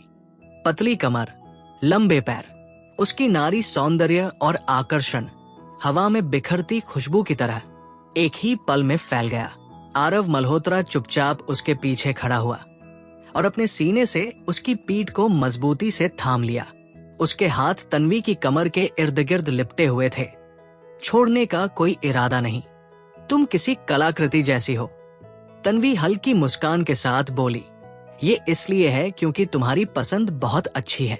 उसे खुद भी एहसास नहीं था कि आरव उसे इतनी गहराई से समझता है। वो जानता था कि सीक्रेट ओरिएंटल ट्रेंड शूट करना चाहता है। वो जानता था कि उन्हें न्यूकमर कहकर अपमानित किया गया है, और इसी वजह से उसने जानबूझकर यही ड्रेस चुनी थी, ताकि उन्हें दिखा सके कि तन्वी को न चुनकर उन्होंने कितनी बड़ी गलती की है। आरव ने अपनी ठुड्डी उसके कंधे पर रख दी और धीमे स्वर में बोला, तुम्हें मॉडल ही क्यों बनना था? मैं तो चाहता हूं तुम्हें सिर्फ अपने पास रखूं। तन्वी हंस पड़ी। ये कौन बोल रहा है? ये भी तो बताओ कि आज माया तुम्हें देखकर लगभग पागल हो गई थी। फिर वो हल्के मजाक में बोली, चिंता मत करो, क्या हमें सिर्फ एक दूसरे के साथ ही शारीरिक करीबी की इजाजत नहीं है? बिल्कुल। इतना कहते ही आरव ने उसे अपनी ओर घुमाया और आईने के सामने उसके होंठों को छू लिया। दोनों बेहद करीब थे। आईने में तन्वी ने खुद को देखा। आरव का स्पर्श, उसका चुंबन दिल को एक अलग ही सुकून दे रहा था। सबसे अहम बात यह थी, चाहे वो कोमल हो या गहरा, उसके होंठ सिर्फ उसी के थे। किसी और औरत के होंठों का ख्याल भी उसके दिल में अजीब सी बेचैनी भर देता था। बस अब काफी। तन्वी का चेहरा हल्का लाल हो गया।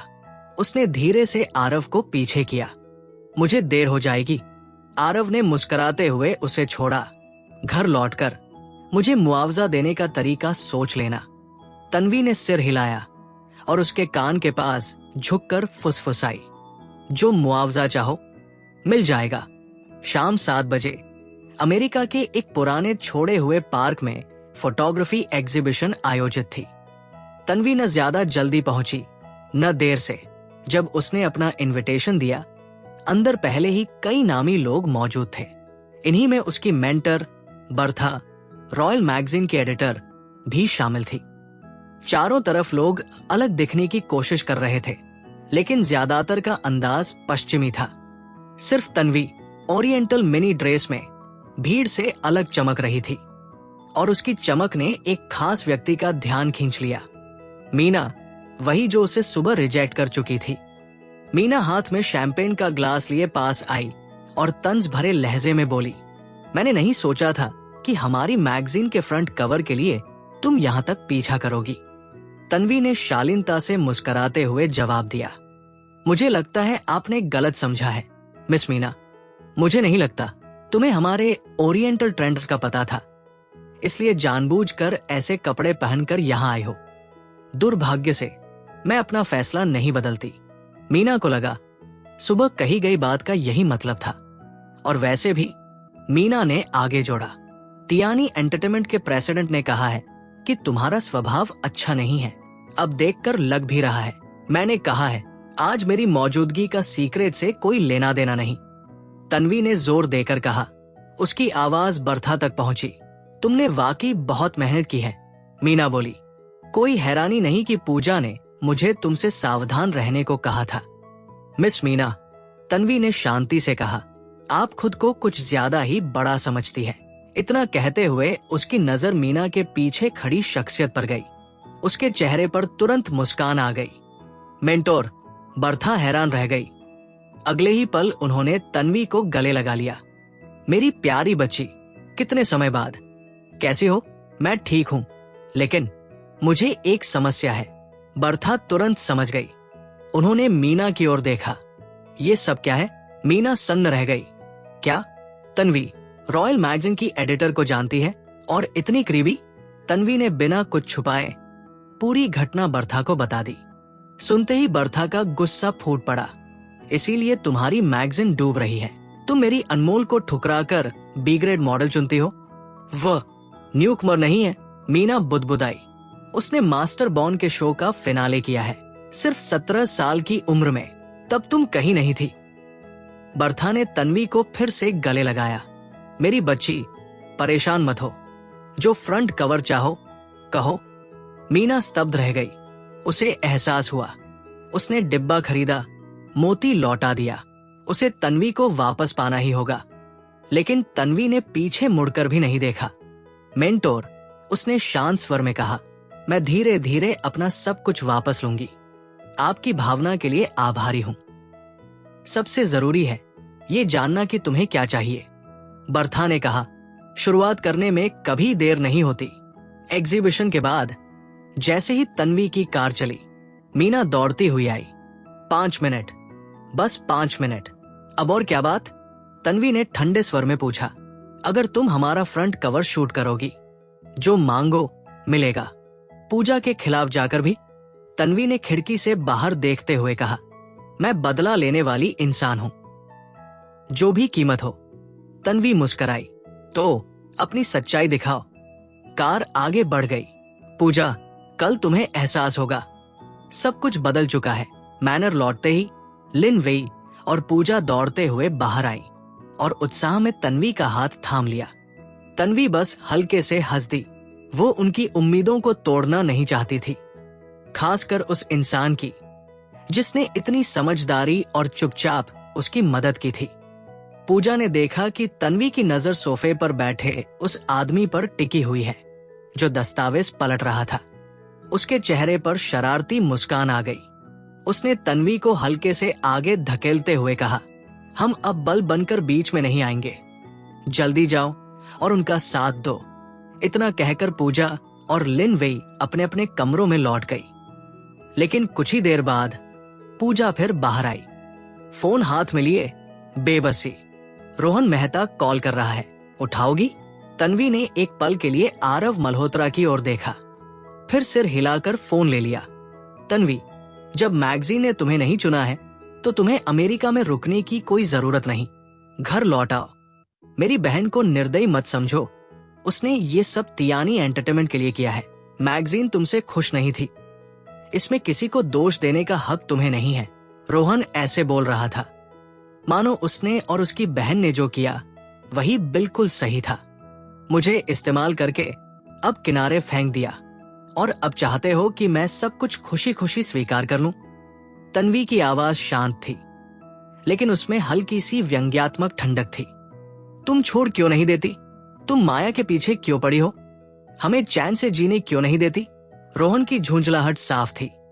उसे लग रहा था जैसे तन्वी कोई भारी बोझ है जिसे वो किसी भी हाल में उतार फेंकना चाहता है, लेकिन वो हर बार फिर सामने आ खड़ी होती है। नीच लोगों को छोड़ देने का मेरे पास कोई कारण नहीं है। तन्वी की आवाज सख्त हो गई। मुझे इंडस्ट्री अच्छे से पता है। आज माया के पास सहारा है, इसलिए वो मुझे कुचल सकती है, मेरा इस्तेमाल कर सकती है, लेकिन इसका मतलब ये नहीं कि कल भी किस्मत उसका साथ देगी। तुम्हारे पास अब कोई मौका नहीं है, छोड़ दो सब कुछ। मैं माया से प्यार करता हूँ, इसमें उसकी कोई गलती नहीं। मेरी बहन सही कहती है, तुम्हें सहनशीलता नहीं है। तन्वी की बाएं मुट्ठी अचानक भींच गई।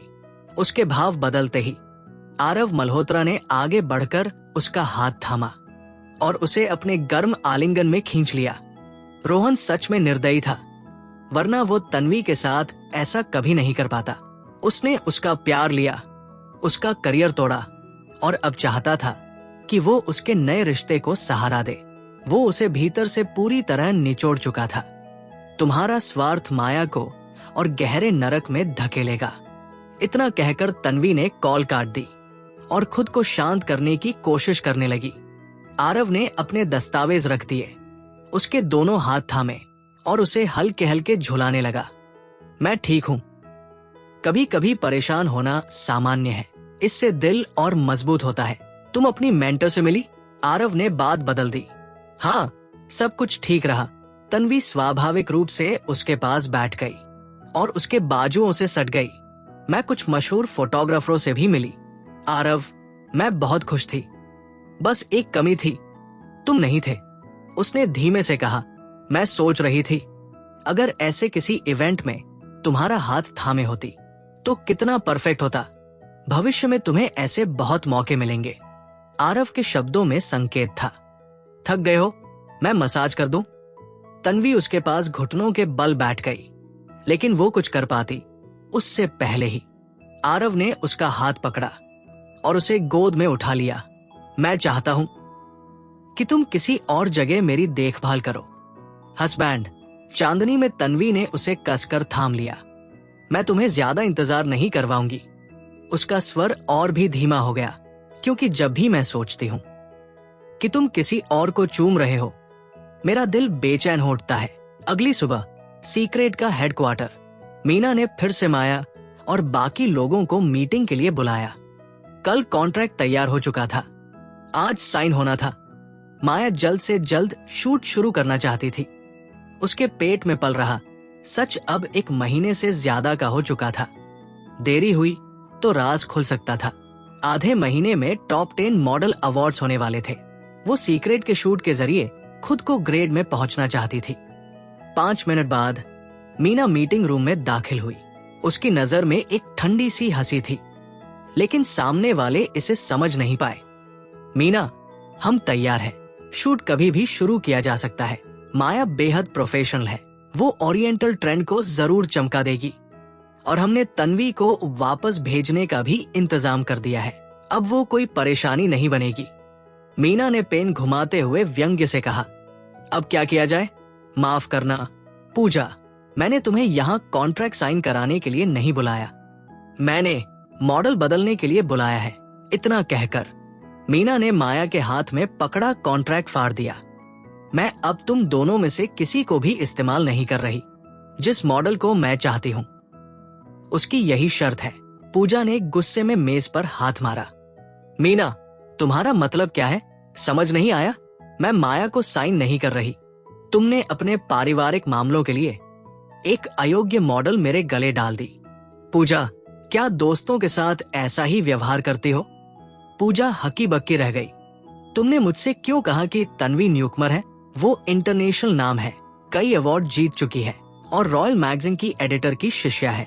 क्या तुम डरती थी कि मैं माया को न चुन लूं, इसलिए तुमने जानबूझकर उसे बदनाम किया? मीना का स्वर तेज हो गया। तुम्हारे स्वार्थ की वजह से कल रात मैं कितनी अपमानित हुई। तुम जानती हो, अगर विनती करनी है तो उसी से करो। वो मान गई तो मुझे कोई आपत्ति नहीं। मीना ने असिस्टेंट से पूछा, आ गई है? हाँ, पूजा ने दांत भींच लिए। मैं देखना चाहती हूँ वो कौन सी मॉडल है जिसके लिए तुमने हमारा कॉन्ट्रैक्ट फाड़ दिया। पूजा ने पलटकर मीटिंग रूम के दरवाजे की ओर देखा।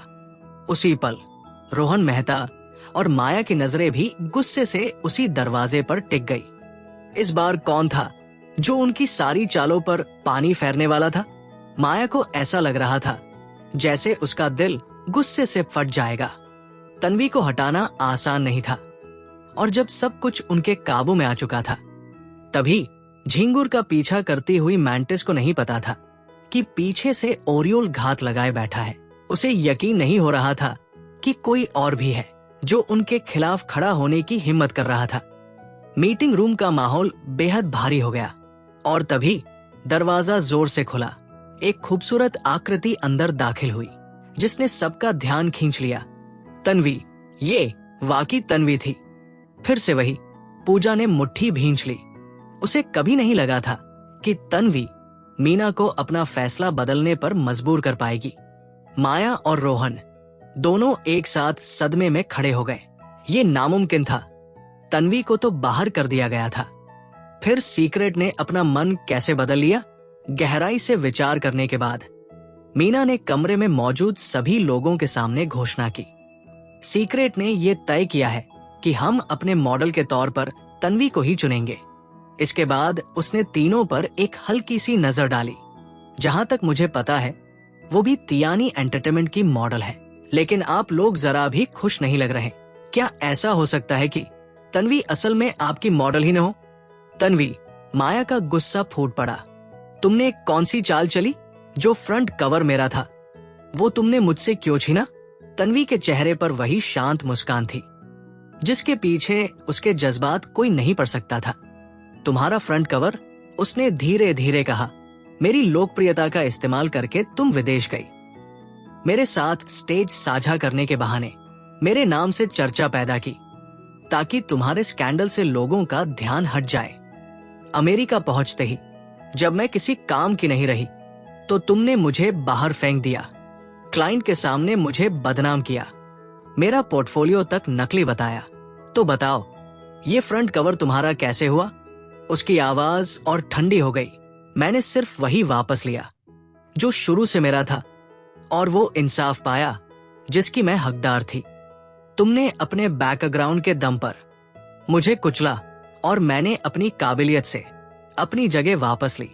मैं किसी से चोरी नहीं करती, लेकिन किसी को मुझे रौंदने भी नहीं दूंगी। बस इतनी सी बात है। हर शब्द साफ, सटीक और ताकत से भरा हुआ था। मीना, जिसने पहले तन्वी को गलत समझा था, अब उसे प्रशंसा की नजर से देख रही थी। कितना मजबूत किरदार। तन्वी, रोहन ने गुस्से में कहा। मैंने पहले भी कहा था, ये समय माया के लिए सबसे अहम है। तियानी में हर किसी को उसका साथ देना चाहिए। क्या तुम इतनी खुदगर्ज नहीं हो सकती? वो जिस मुश्किल में है, तन्वी ने बिना झिझक कहा, उसकी वजह तुम हो। मैंने साफ कहा था, तुम चाहे जितना उसका साथ दो, मुझे कोई आपत्ति नहीं, लेकिन अगर वो मुझ पर चढ़कर आगे बढ़ना चाहेगी, तो मैं उसे उतनी ही बेरहमी से गिराऊंगी। तन्वी, पूजा ने बीच में कहा। मीना ने कहा है, अगर तुम चाहो तो माया अब भी सीक्रेट के शूट में शामिल हो सकती है। उसके पास ज्यादा समय नहीं है। टॉप 10 मॉडल अवार्ड्स करीब है। मैं क्यों मानूं? तन्वी ने हल्की सी हंसी के साथ पूछा। अगर उसे परेशानी है तो वो उसकी समस्या है, मेरी जिम्मेदारी क्यों? क्या कोई कानून है? फिर उसकी नजर पूजा पर गई। पूजा जी तो बहुत काबिल है, किसी और मैगजीन में उसके लिए काम दिलवा दीजिए। तन्वी, हद में रहो। पूजा ने गुस्से में पैर पटक दिया।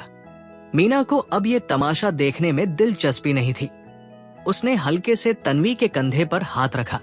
तन्वी, मैं बाहर इंतजार करूंगी। आधे घंटे में अपना फैसला बताना। सोलो शूट होगा या माया के साथ, फैसला तुम्हारा। धन्यवाद। मीना, तन्वी ने सिर हिलाया। वक्त सही था। उसे बहुत कुछ कहना था जो बाहरी लोगों के सामने नहीं कहा जा सकता था। मैंने दरवाजे पर बॉडीगार्ड्स लगा दिए हैं।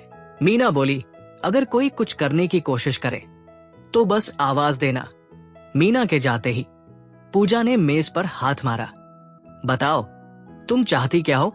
ये किसी से एहसान मांगने का तरीका नहीं है। तन्वी की आवाज सख्त थी। तुम्हारे भाई ने जो किया, मुझे यकीन है तुम सब जानती हो। इस इंडस्ट्री में ताकतवर को सहारा मिलता है, कमजोर को कुचला जाता है। हम एक दूसरे से नफरत करते हैं, तो साथ काम करने का क्या मतलब?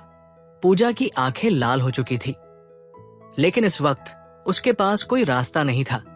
आखिरकार वो किसी और कंपनी की मैनेजर थी।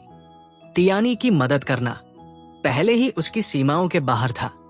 मौके बार बार नहीं आते। आखिरकार उसे नरम पड़ना पड़ा। बताओ, तुम क्या चाहती हो? अगर बहुत आगे बढ़ी तो किसी को फायदा नहीं होगा। माया ने कहा कि मैंने उससे कुछ छीना है। नहीं, पूजा ने दांत भींचते हुए कहा। माया को तुम्हारी गाइडेंस चाहिए। सच ये था, वो बस चाहती थी कि तन्वी किसी तरह गायब हो जाए। लेकिन उकसावे ने तन्वी को साफ समझा दिया, अगर बात से हल नहीं निकलता तो फैसला अपने फायदे का होना चाहिए। उसने माया की चुनौती भरी नजर देखी और कहा, मैं माया को एक मौका दूंगी, बस एक शर्त पर। बोलो, पूजा ने गुस्सा दबाते हुए कहा। आज से, तन्वी ने साफ कहा, मैं किसके साथ काम करूंगी ये फैसला मैं खुद करूंगी। कौन सा काम लूं, कौन सा नहीं, इसमें तियानी दखल नहीं देगा। ये नामुमकिन है। पूजा झट से बोली, ये तो कॉन्ट्रैक्ट खत्म करने जैसा है, तुम मना कर सकती हो। तन्वी ने शांत स्वर में कहा, आखिर में मैं ये हासिल कर ही लूंगी। लेकिन क्या माया इंतजार कर पाएगी? पूजा और रोहन ने एक दूसरे को देखा। कुछ पल की चुप्पी के बाद, ठीक है, पूजा बोली, हम तुम्हारी राय लेंगे। बिना बताए कोई काम नहीं देंगे, लेकिन क्लाइंट्स पर कंपनी का कंट्रोल रहेगा। मुझे मंजूर है, तन्वी ने कहा। बस एक और बात, माया को हर चीज से मत जोड़ो। पूजा मन ही मन हंसी। उसे यकीन था, आज नहीं तो कल वो फिर से तन्वी को फंसाएगी। इसलिए मैं मानती हूं। उसने सिर हिलाया।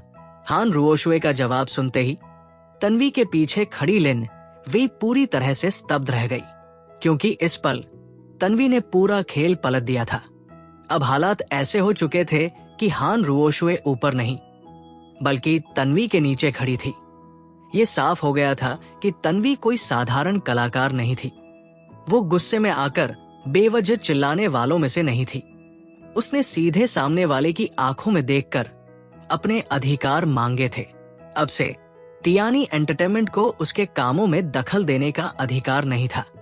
दूसरे शब्दों में, वो अपने कॉन्ट्रैक्ट के अंदर रहते हुए भी आधी आजाद हो चुकी थी।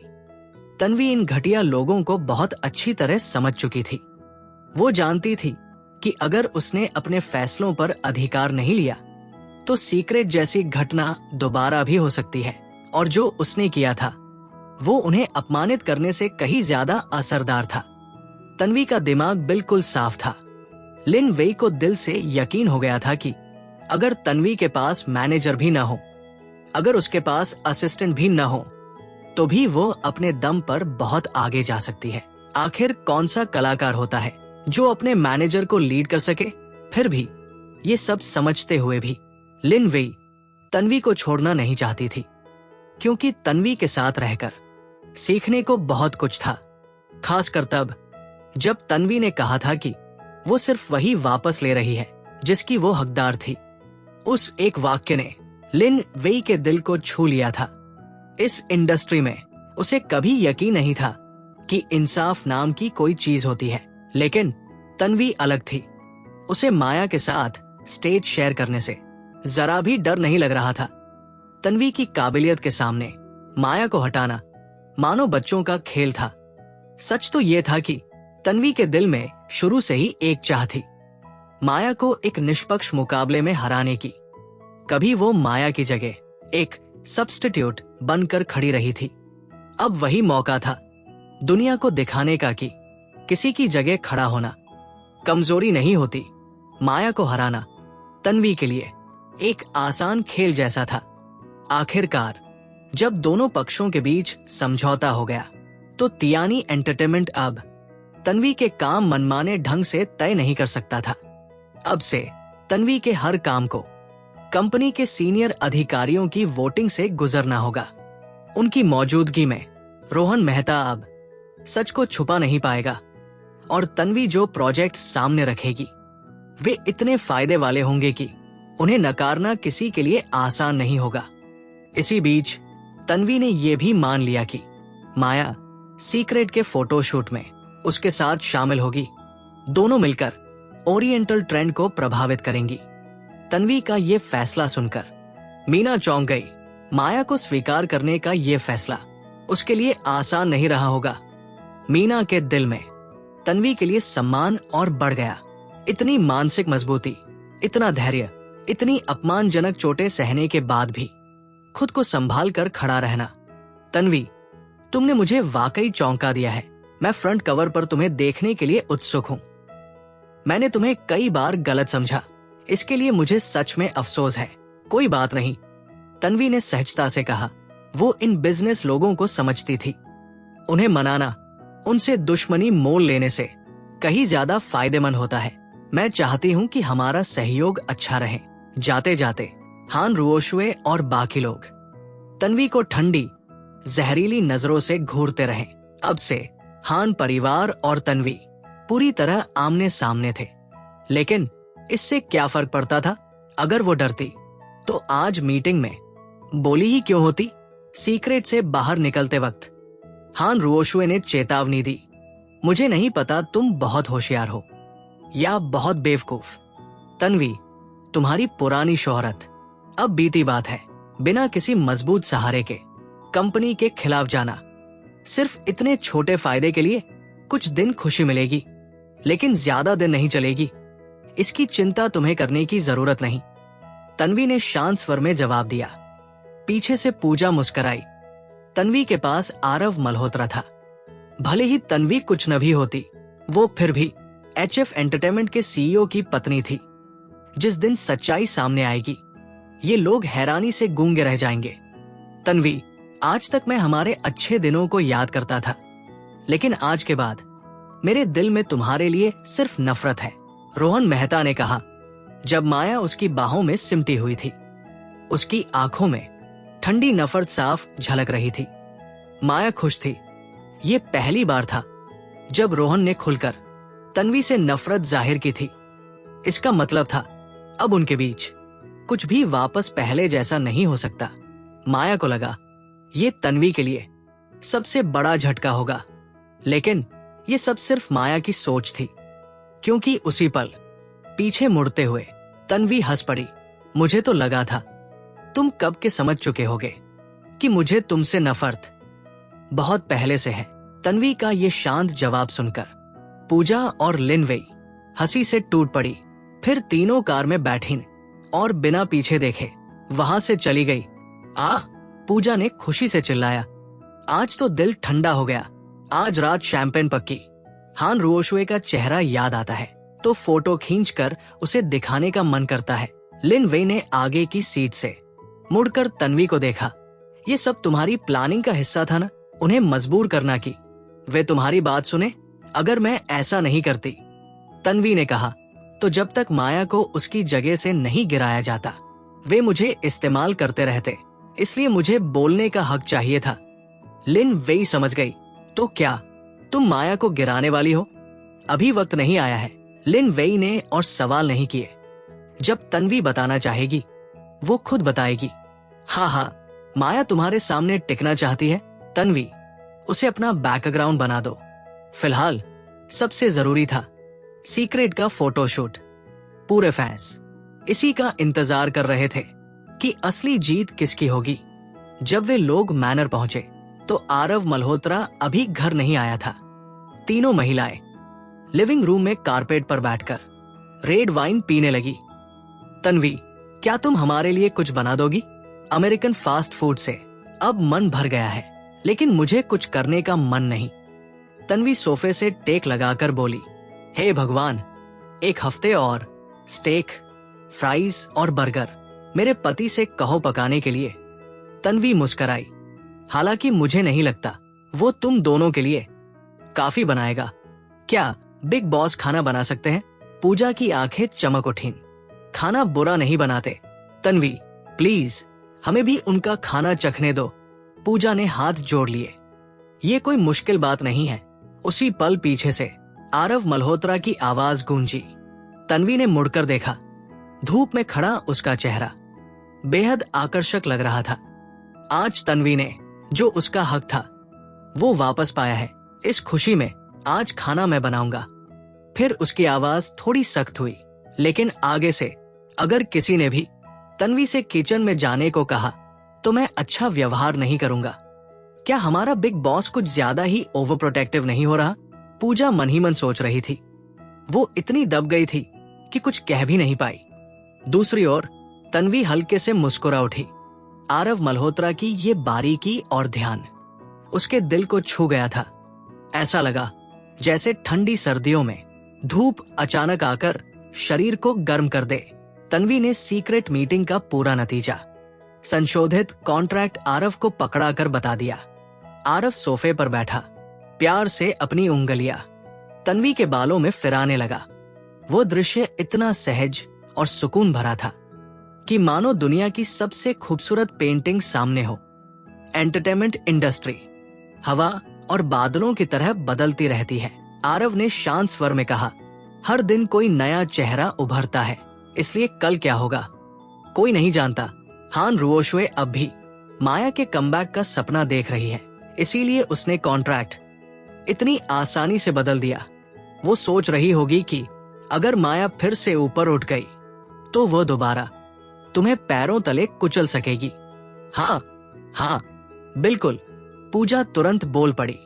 मैंने अभी न्यूज स्क्रॉल की और माया का नाम सर्च किया। हर जगह बस वही छाया हुआ है। माया बनाम तन्वी, सारे के सारे तथाकथित मॉडलिंग एक्सपर्ट दोनों के काम की तुलना कर रहे हैं। कुछ इंडस्ट्री के अंदरूनी लोग तो ये भी कह रहे हैं कि चूंकि तन्वी पहले माया की जगह खड़ी हो चुकी है, अगर दोनों एक ही स्टेज पर आए तो तन्वी बस दूसरी माया बनकर रह जाएगी। और ये भी कह रहे हैं कि माया सबसे खूबसूरत ओरिएंटल मॉडल है और वही ओरिएंटल ट्रेंड शुरू कर सकती है। इतना ही नहीं, पूजा का गुस्सा बढ़ता जा रहा था। वे दोनों के शरीर तक की तुलना कर रहे हैं, कह रहे हैं कि पैरों के अलावा तन्वी के पास कोई खासियत ही नहीं है। ये फैला रहे हैं कि माया जन्म से स्टाइलिश है और तन्वी जन्म से फीकी। क्या बकवास है। पूजा तमतमा उठी। माया तो तन्वी के लेवल की भी नहीं है। ये सब सिर्फ शोर पैदा करने के तरीके हैं। तन्वी ने उसे शांत किया। गुस्सा करने लायक नहीं है। माया को जब तक खुश रहना है रहने दो। आरव चुप रहा। उसकी गहरी काली आंखों में हल्की सी हंसी और तंज चमक रहा था। तन्वी ने उसकी ओर देखा और उसके घुटने को हल्का सा हिलाते हुए पूछा, तुम वही सोच रहे हो जो मैं सोच रही हूं, है ना?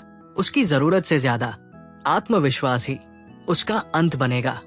आरव ने बस इतना कहा। तन्वी ने उसका हाथ मजबूती से थाम लिया। जैसा उसने सोचा था, उसे समझाने की जरूरत सिर्फ इसी एक इंसान को नहीं पड़ती थी। अगर हान रुओशुए ने एक को ऊपर उठाकर दूसरे को दबाने वाला बयान जारी किया था, तो वे वही करेंगे जो वो चाहती थी।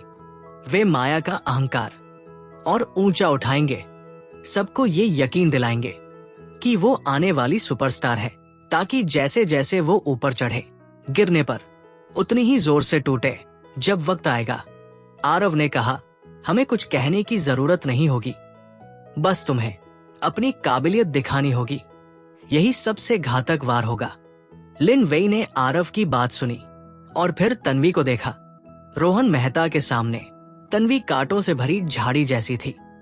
कोई पास नहीं आ सकता था, लेकिन आरव के सामने वो एक नाजुक सी पत्नी थी जो अपने पति की राय ध्यान से सुनती थी।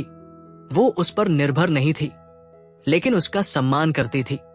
मानो इस दुनिया में सिर्फ आरव ही था जिसके सामने वो पूरी तरह नरम हो सकती थी। दुनिया के लिए तन्वी मजबूत थी, लेकिन आरव के सामने वो अपनी कमजोरियां भी दिखाती थी। ये जोड़ी सच में एक दूसरे के लिए बनी है। लिन वेई ने मन ही मन सोचा। अब वो बेसब्री से इंतजार कर रही थी कि तन्वी सीक्रेट के लिए कौन सा चमत्कार रचेगी। और रही बात आसमान पर चढ़ी माया की, वो ये देखने को उत्सुक थी कि उसे गिराया कैसे जाएगा। किचन में आरव ने बाजू चढ़ा रखे थे और खाना बना रहा था। तभी नहाकर लौटी तन्वी उसकी शर्ट पहने धीरे धीरे पीछे से आई और उसे थाम लिया। आरव, यहाँ धुआं और तेल है। आरव ने बिना मुड़े कहा, बाहर जाकर इंतजार करो। क्या करूं?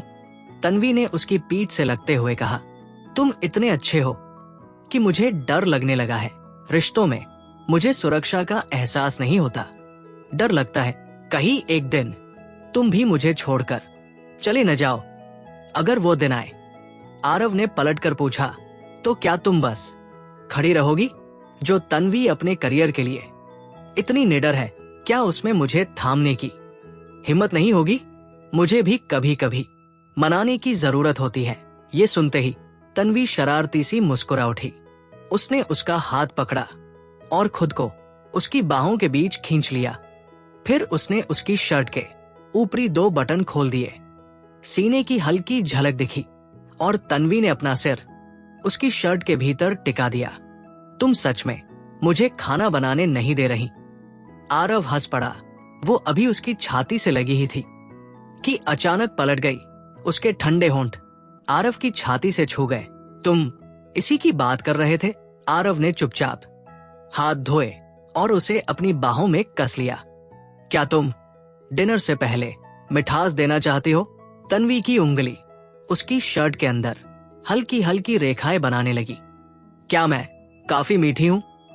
आरव की सांसें थम गई। उसने उसकी उंगली थामकर बाहर निकाली, थोड़ी उठाई और होंठों से जवाब दे दिया, मुझे चखना पड़ेगा। तन्वी के इतने रूप थे, कभी सौम्य, कभी मोहक, कभी बेकाबू। हर रूप आरव को उसी तरह उसकी ओर खींच लेता था। जब डिनर तैयार हुआ तो पूरे 2 घंटे बीत चुके थे। मेज पर सजा खाना देखकर पूजा हैरान रह गई।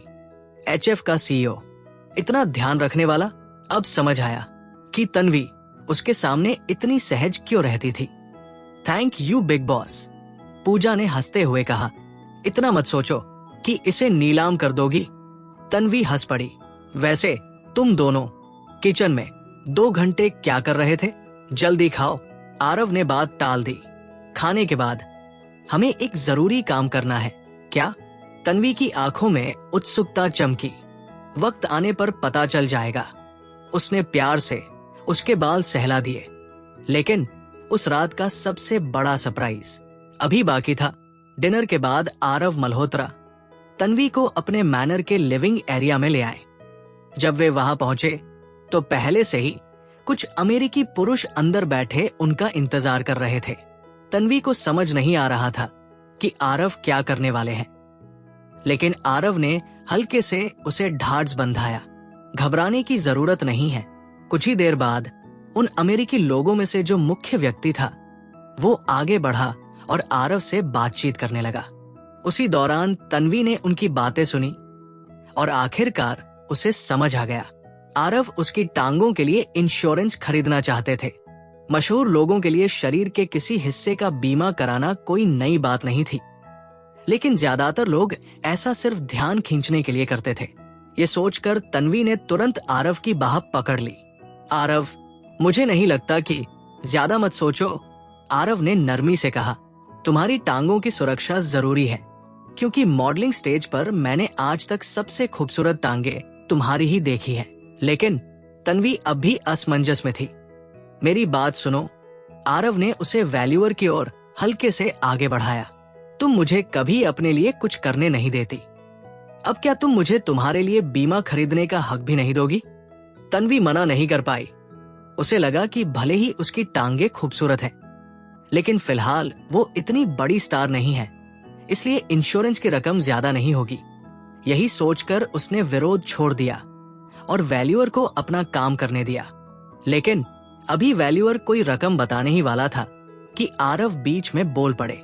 फाइनल वैल्यू चाहे जो भी हो, मैं इंश्योर्ड अमाउंट को 10 गुना बढ़ाना चाहता हूं। अगर ऐसा हुआ तो राशि $100 मिलियन से भी ज्यादा हो जाएगी। एक तरफ चुपचाप खड़े लिन वेई और पूजा ये सब देखकर सन्न रह गए। सबसे अहम बात ये थी कि आरव ये सब पब्लिसिटी के लिए नहीं कर रहे थे। वो बस तन्वी को एक सुरक्षा देना चाहते थे। इस इंश्योरेंस की असली लाभार्थी तन्वी ही थी। अब उसकी टांगों को कुछ भी हो, वो पूरी तरह सुरक्षित थी। आरव मल्होत्रा ने सच में तन्वी को सिराखों पर बिठा रखा था। पूरे समय तन्वी खामोश रही। उसके मन में हजारों ख्याल उमड़ घुमड़ रहे थे। तभी आरव ने अपना हाथ उसके कंधे पर रखा और कहा, ये इंडस्ट्री जटिल है अव्यवस्थित है और सुरक्षित नहीं। मैं ये गारंटी नहीं दे सकता कि 10 या 20 साल बाद भी तियानी एंटरटेनमेंट वैसी ही कामयाब रहेगी। इसलिए मैं जितना कर सकता हूँ करना चाहता हूँ ताकि तुम्हें सुकून मिल सके। मैं चाहता हूँ कि तुम्हारा आगे का रास्ता सुरक्षित हो। तो फिर तुम अपने लिए भी क्यों नहीं करवाते? तन्वी की आंख से एक आंसू चुपचाप फिसल पड़ा। आरव झुककर उसके कान में मुस्कुराए। क्योंकि मेरी टांगे तुम्हारी जैसी खूबसूरत नहीं है। उस पल रोशनी से भरे उस कमरे में तन्वी की दुनिया में सिर्फ आरव थे। वो आरव जो बिना कुछ मांगे उसके लिए सब कुछ कर रहे थे। उसने शादी किसी मकसद से की थी, लेकिन आरव ने कभी परवाह नहीं की। उल्टा उसने उसे ये विश्वास दिया कि वो उसे पूरे दिल से चाहता है। तुम्हें पता है आज तुम्हारी वजह से मैं खुद से कितने वादे कर रही हूं? तन्वी ने गंभीर स्वर में कहा। मैंने खुद से वादा किया है कि जब तक मैं जिंदा हूं इस आदमी को कभी नहीं छोड़ूंगी।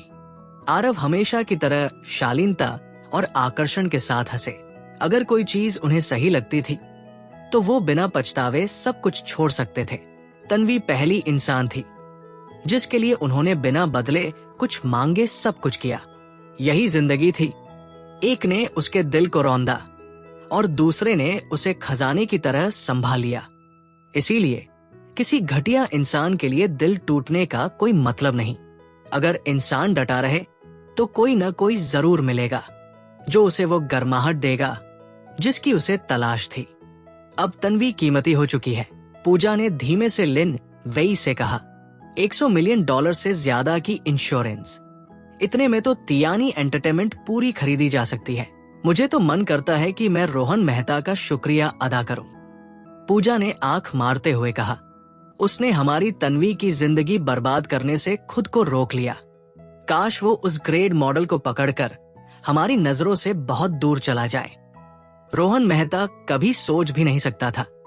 लिन वेई बोली कि जब वो तन्वी के खिलाफ चाले चल रहा है तब कोई उसके लिए $100 मिलियन का इंश्योरेंस करवा रहा है। सीक्रेट शूट जैसे जैसे करीब आ रहा था, रोहन मेहता लगातार चीनी मीडिया से संपर्क कर रहा था ताकि माया को ज्यादा से ज्यादा एक्सपोजर मिल सके।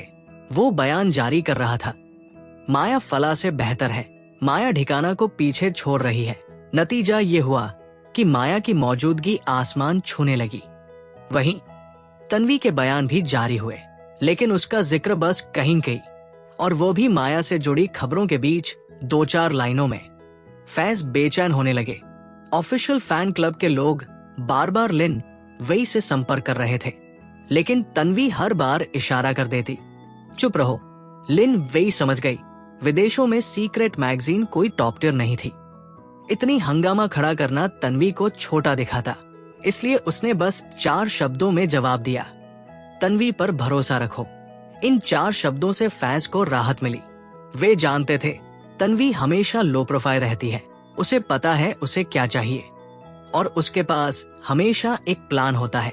प्रेसिडेंट रोहन, माया के असिस्टेंट ने कहा। देश में माया का सपोर्ट फिर बढ़ गया है। और तन्वी का? रोहन ने पूछा। पूजा के पीआर की बदौलत हमने तन्वी का नाम इस्तेमाल कर माया की पॉपुलैरिटी बढ़ाई, फिर टॉप सेलिब्रिटीज के नाम जोड़कर माया की वैल्यू। अब नए बयानों में तन्वी की जरूरत ही नहीं पड़ी।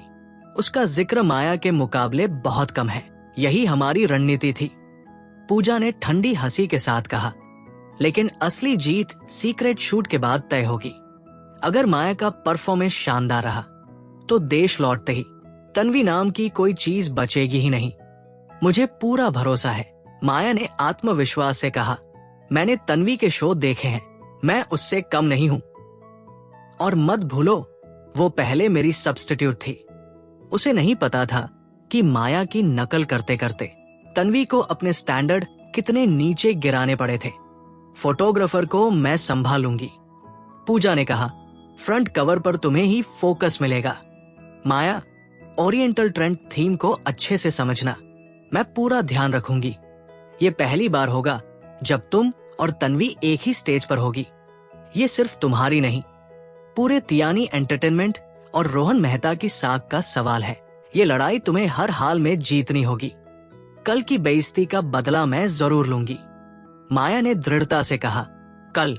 तन्वी और माया के बीच जिंदगी मौत की टक्कर होने वाली थी। रिपोर्टर ने फर्राटेदार अंग्रेजी में मुस्कुराते हुए कहा, आज मुझे 2 बेहद खूबसूरत ओरिएंटल ब्यूटीज का इंटरव्यू लेने का मौका मिला है।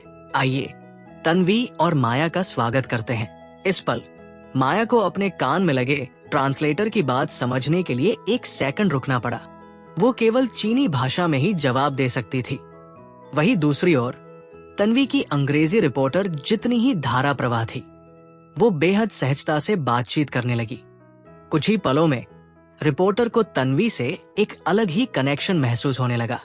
मुझे पता है कि आप दोनों की आने वाली टक्कर की वजह से काफी चर्चा हो रही है। रिपोर्टर ने हल्की मुस्कान के साथ सवाल किया, इस कोलैबोरेशन को लेकर आप दोनों की क्या राय है? ये सवाल सुनते ही साइड में खड़े रोहन मेहता की धड़कन तेज हो गई। उसे डर था कि कहीं तन्वी कुछ तीखा न कह दे, लेकिन तन्वी ने वही शांत मुस्कान बनाए रखी और बोली, मैं जो भी काम करती हूँ उसका सम्मान करती हूँ। यही मेरा रवैया है। मैं भी। माया ने तुरंत पीछा करते हुए कहा, बिना असली जवाब दिए ही बात को टालते हुए। ठीक है। रिपोर्टर ने अगला सवाल दागा, तो आप एक दूसरे के बारे में क्या सोचती हैं? ये सवाल और भी ज्यादा खतरनाक था। रोहन मेहता के माथे पर ठंडा पसीना आ गया। अगर इस वक्त तन्वी ने स्टेज इवेंट की तरह माया को नीचा दिखा दिया तो उसे रोकने का कोई तरीका नहीं होता, लेकिन किसी ने उम्मीद नहीं की थी कि कुछ सेकंड सोचने के बाद तन्वी सिर्फ एक शब्द कहेगी। आत्मविश्वासी ज्यादातर लोगों को ये एक तारीफ लगी, लेकिन असल में ये एक बेहद सटीक तंज था। माया हमेशा खुद को बहुत ऊंचा समझती थी, इसलिए उसने इस शब्द को सीधी तारीफ मान लिया। उसके चेहरे पर घमंड और गहरा हो गया। वो तन्वी को ऊपर से नीचे देखने लगी। ऐसी स्थिति में क्या तन्वी के पास शालीन रहने के अलावा कोई और विकल्प था? रोहन मेहता ने राहत की सांस ली। अब रिपोर्टर ने माया की ओर देखा। उसे लगा था कि माया कोई संतुलित जवाब देगी, लेकिन उसका जवाब सुनकर वहां मौजूद हर कोई चौंक गया। मेरी नजर में तन्वी बहुत विनम्र नहीं है, बहुत विनम्र नहीं है। रोहन मेहता का दिल जैसे बैठ सा गया। वो खुद को स्टेज पर दौड़कर जाने से मुश्किल से रोक पाया। क्या माया आज दिमाग घर पर छोड़ आई थी, या फिर हालिया तारीफों ने उसे इतना अंधा कर दिया था कि वो कुछ भी बोल सकती थी? उसे दूसरों से इसलिए तुलना करवाई जाती थी क्योंकि उनके साथ काम करने का कोई मौका ही नहीं था। लेकिन तन्वी अलग थी। अब दोनों एक ही शूट में थी और नतीजा सबके सामने आने वाला था। फिर भी माया ने खुद के लिए पीछे हटने का कोई रास्ता नहीं छोड़ा। हर कोई हैरान था। उन्होंने न सिर्फ इतना घमंडी मॉडल पहले कभी नहीं देखा था, बल्कि ये भी महसूस किया कि उसकी ईक्यू लगभग न के बराबर थी।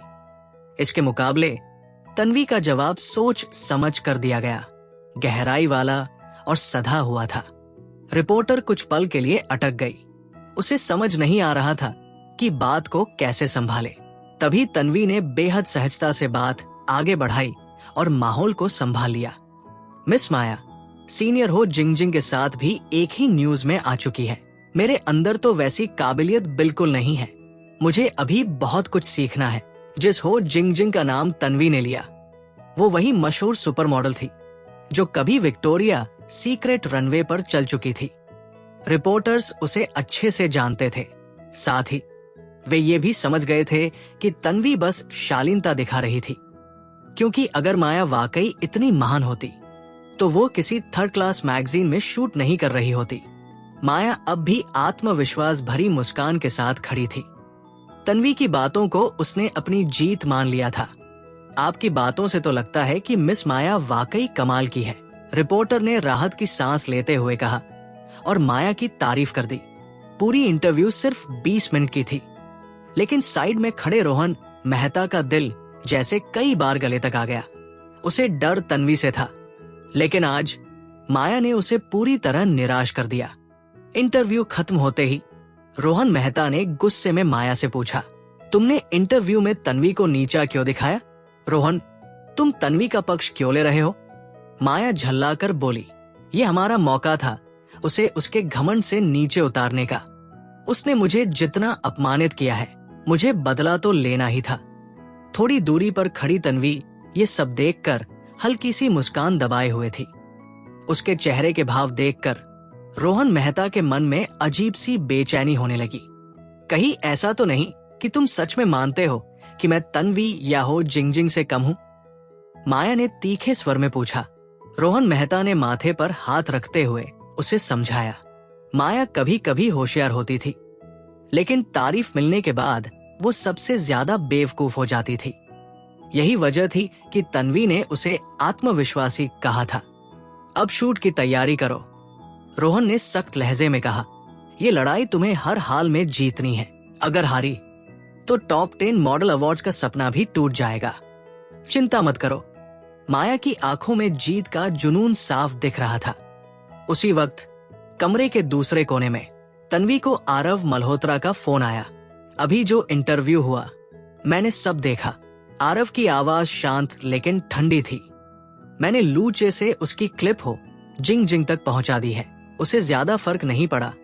वो तो ऐसी तुलना की आदी है, इसलिए हमने मामला सीधे लीगल टीम को भेज दिया। हाँ, हो जिंग इस वक्त हाई रुई से जुड़ी हुई थी। पति पत्नी पूरी तरह एक दूसरे की सोच समझ रहे थे। जब कोई ग्रेड मॉडल खुद को इतना ऊपर उठा ले तो उसे जमीन दिखाना जरूरी हो जाता है। तुमने सच में, तन्वी कुछ कहना चाहती थी। अगर किसी में मेरी पत्नी को दबाने की हिम्मत है, आरव की आवाज सख्त हो गई, तो उसे उसके नतीजे भुगतने ही होंगे। तन्वी, तुम्हारे साथ नरमी के अलावा मैं आसान इंसान नहीं हूं। एंटरटेनमेंट इंडस्ट्री की जिंदगी मौत को कंट्रोल करने वाला आदमी कभी साधारण नहीं होता। ये बात तन्वी बहुत पहले समझ चुकी थी। तुमने बस उसे मुझे दबाते देखा। तन्वी बेबसी हंसी। ये नहीं देखा कि मैंने उसे किस मोड़ पर ला छोड़ा है। शूट के बाद मैं तुम्हें लेने आऊंगा। आरव हल्के से हंसे। उसके लिए उसकी पत्नी का हर कदम सही था। तन्वी ने भी मुस्कुराकर सिर हिला दिया। वो आरव की परवाह को कभी ठुकरा नहीं पाई। इसके बाद लिन वेई और पूजा के साथ तन्वी चेंजिंग रूम में चली गई। फ्रंट कवर पर 2 लोग थे, इसलिए तन्वी और माया के कपड़े और मेकअप काफी हद तक एक जैसे थे। ये शूट शुरू से ही स्किल्स की जंग होने वाला था। दोनों के दिल में यही ख्याल था, दूसरे को बस एक बैकग्राउंड बना देना है। लेकिन ये कैसे होगा, ये उनकी काबिलियत तय करने वाली थी। हमेशा की तरह शूट से पहले तन्वी शांत और गरिमामयी थी। वो ज्यादा नहीं बोल रही थी। ये बात माया के आत्मविश्वास को और बढ़ा रही थी। उसे लग रहा था कि तन्वी चुप इसलिए है क्योंकि वो खुद को कमतर मानती है। वो खुद को पूरे सेट पर हावी समझ रही थी। थीम थी ओरिएंटल ट्रेंड। दोनों ने पारंपरिक 2 पीस पहनावे पहने। ऊपर हाई कॉलर शर्ट, गर्दन तक बटन लगे हुए, आस्तीनों पर बारीक डिजाइन, कमर से लेकर कॉलर बोन तक, नाजुक कढ़ाई में खिले हुए ऑर्किड फूल, नीचे लंबी सुरुचिपूर्ण स्कर्ट, उस पर भी बेहद सुंदर कढ़ाई। कपड़े पहनने के बाद तन्वी का चेहरा बिल्कुल सादा था, एक कोरे कागज की तरह। वो अब भी अपने कंटेनमेंट स्टेज में थी। वही दूसरी ओर माया पहले ही प्राचीन काल की स्त्री सुलभ आभा को पूरी तरह उभार चुकी थी।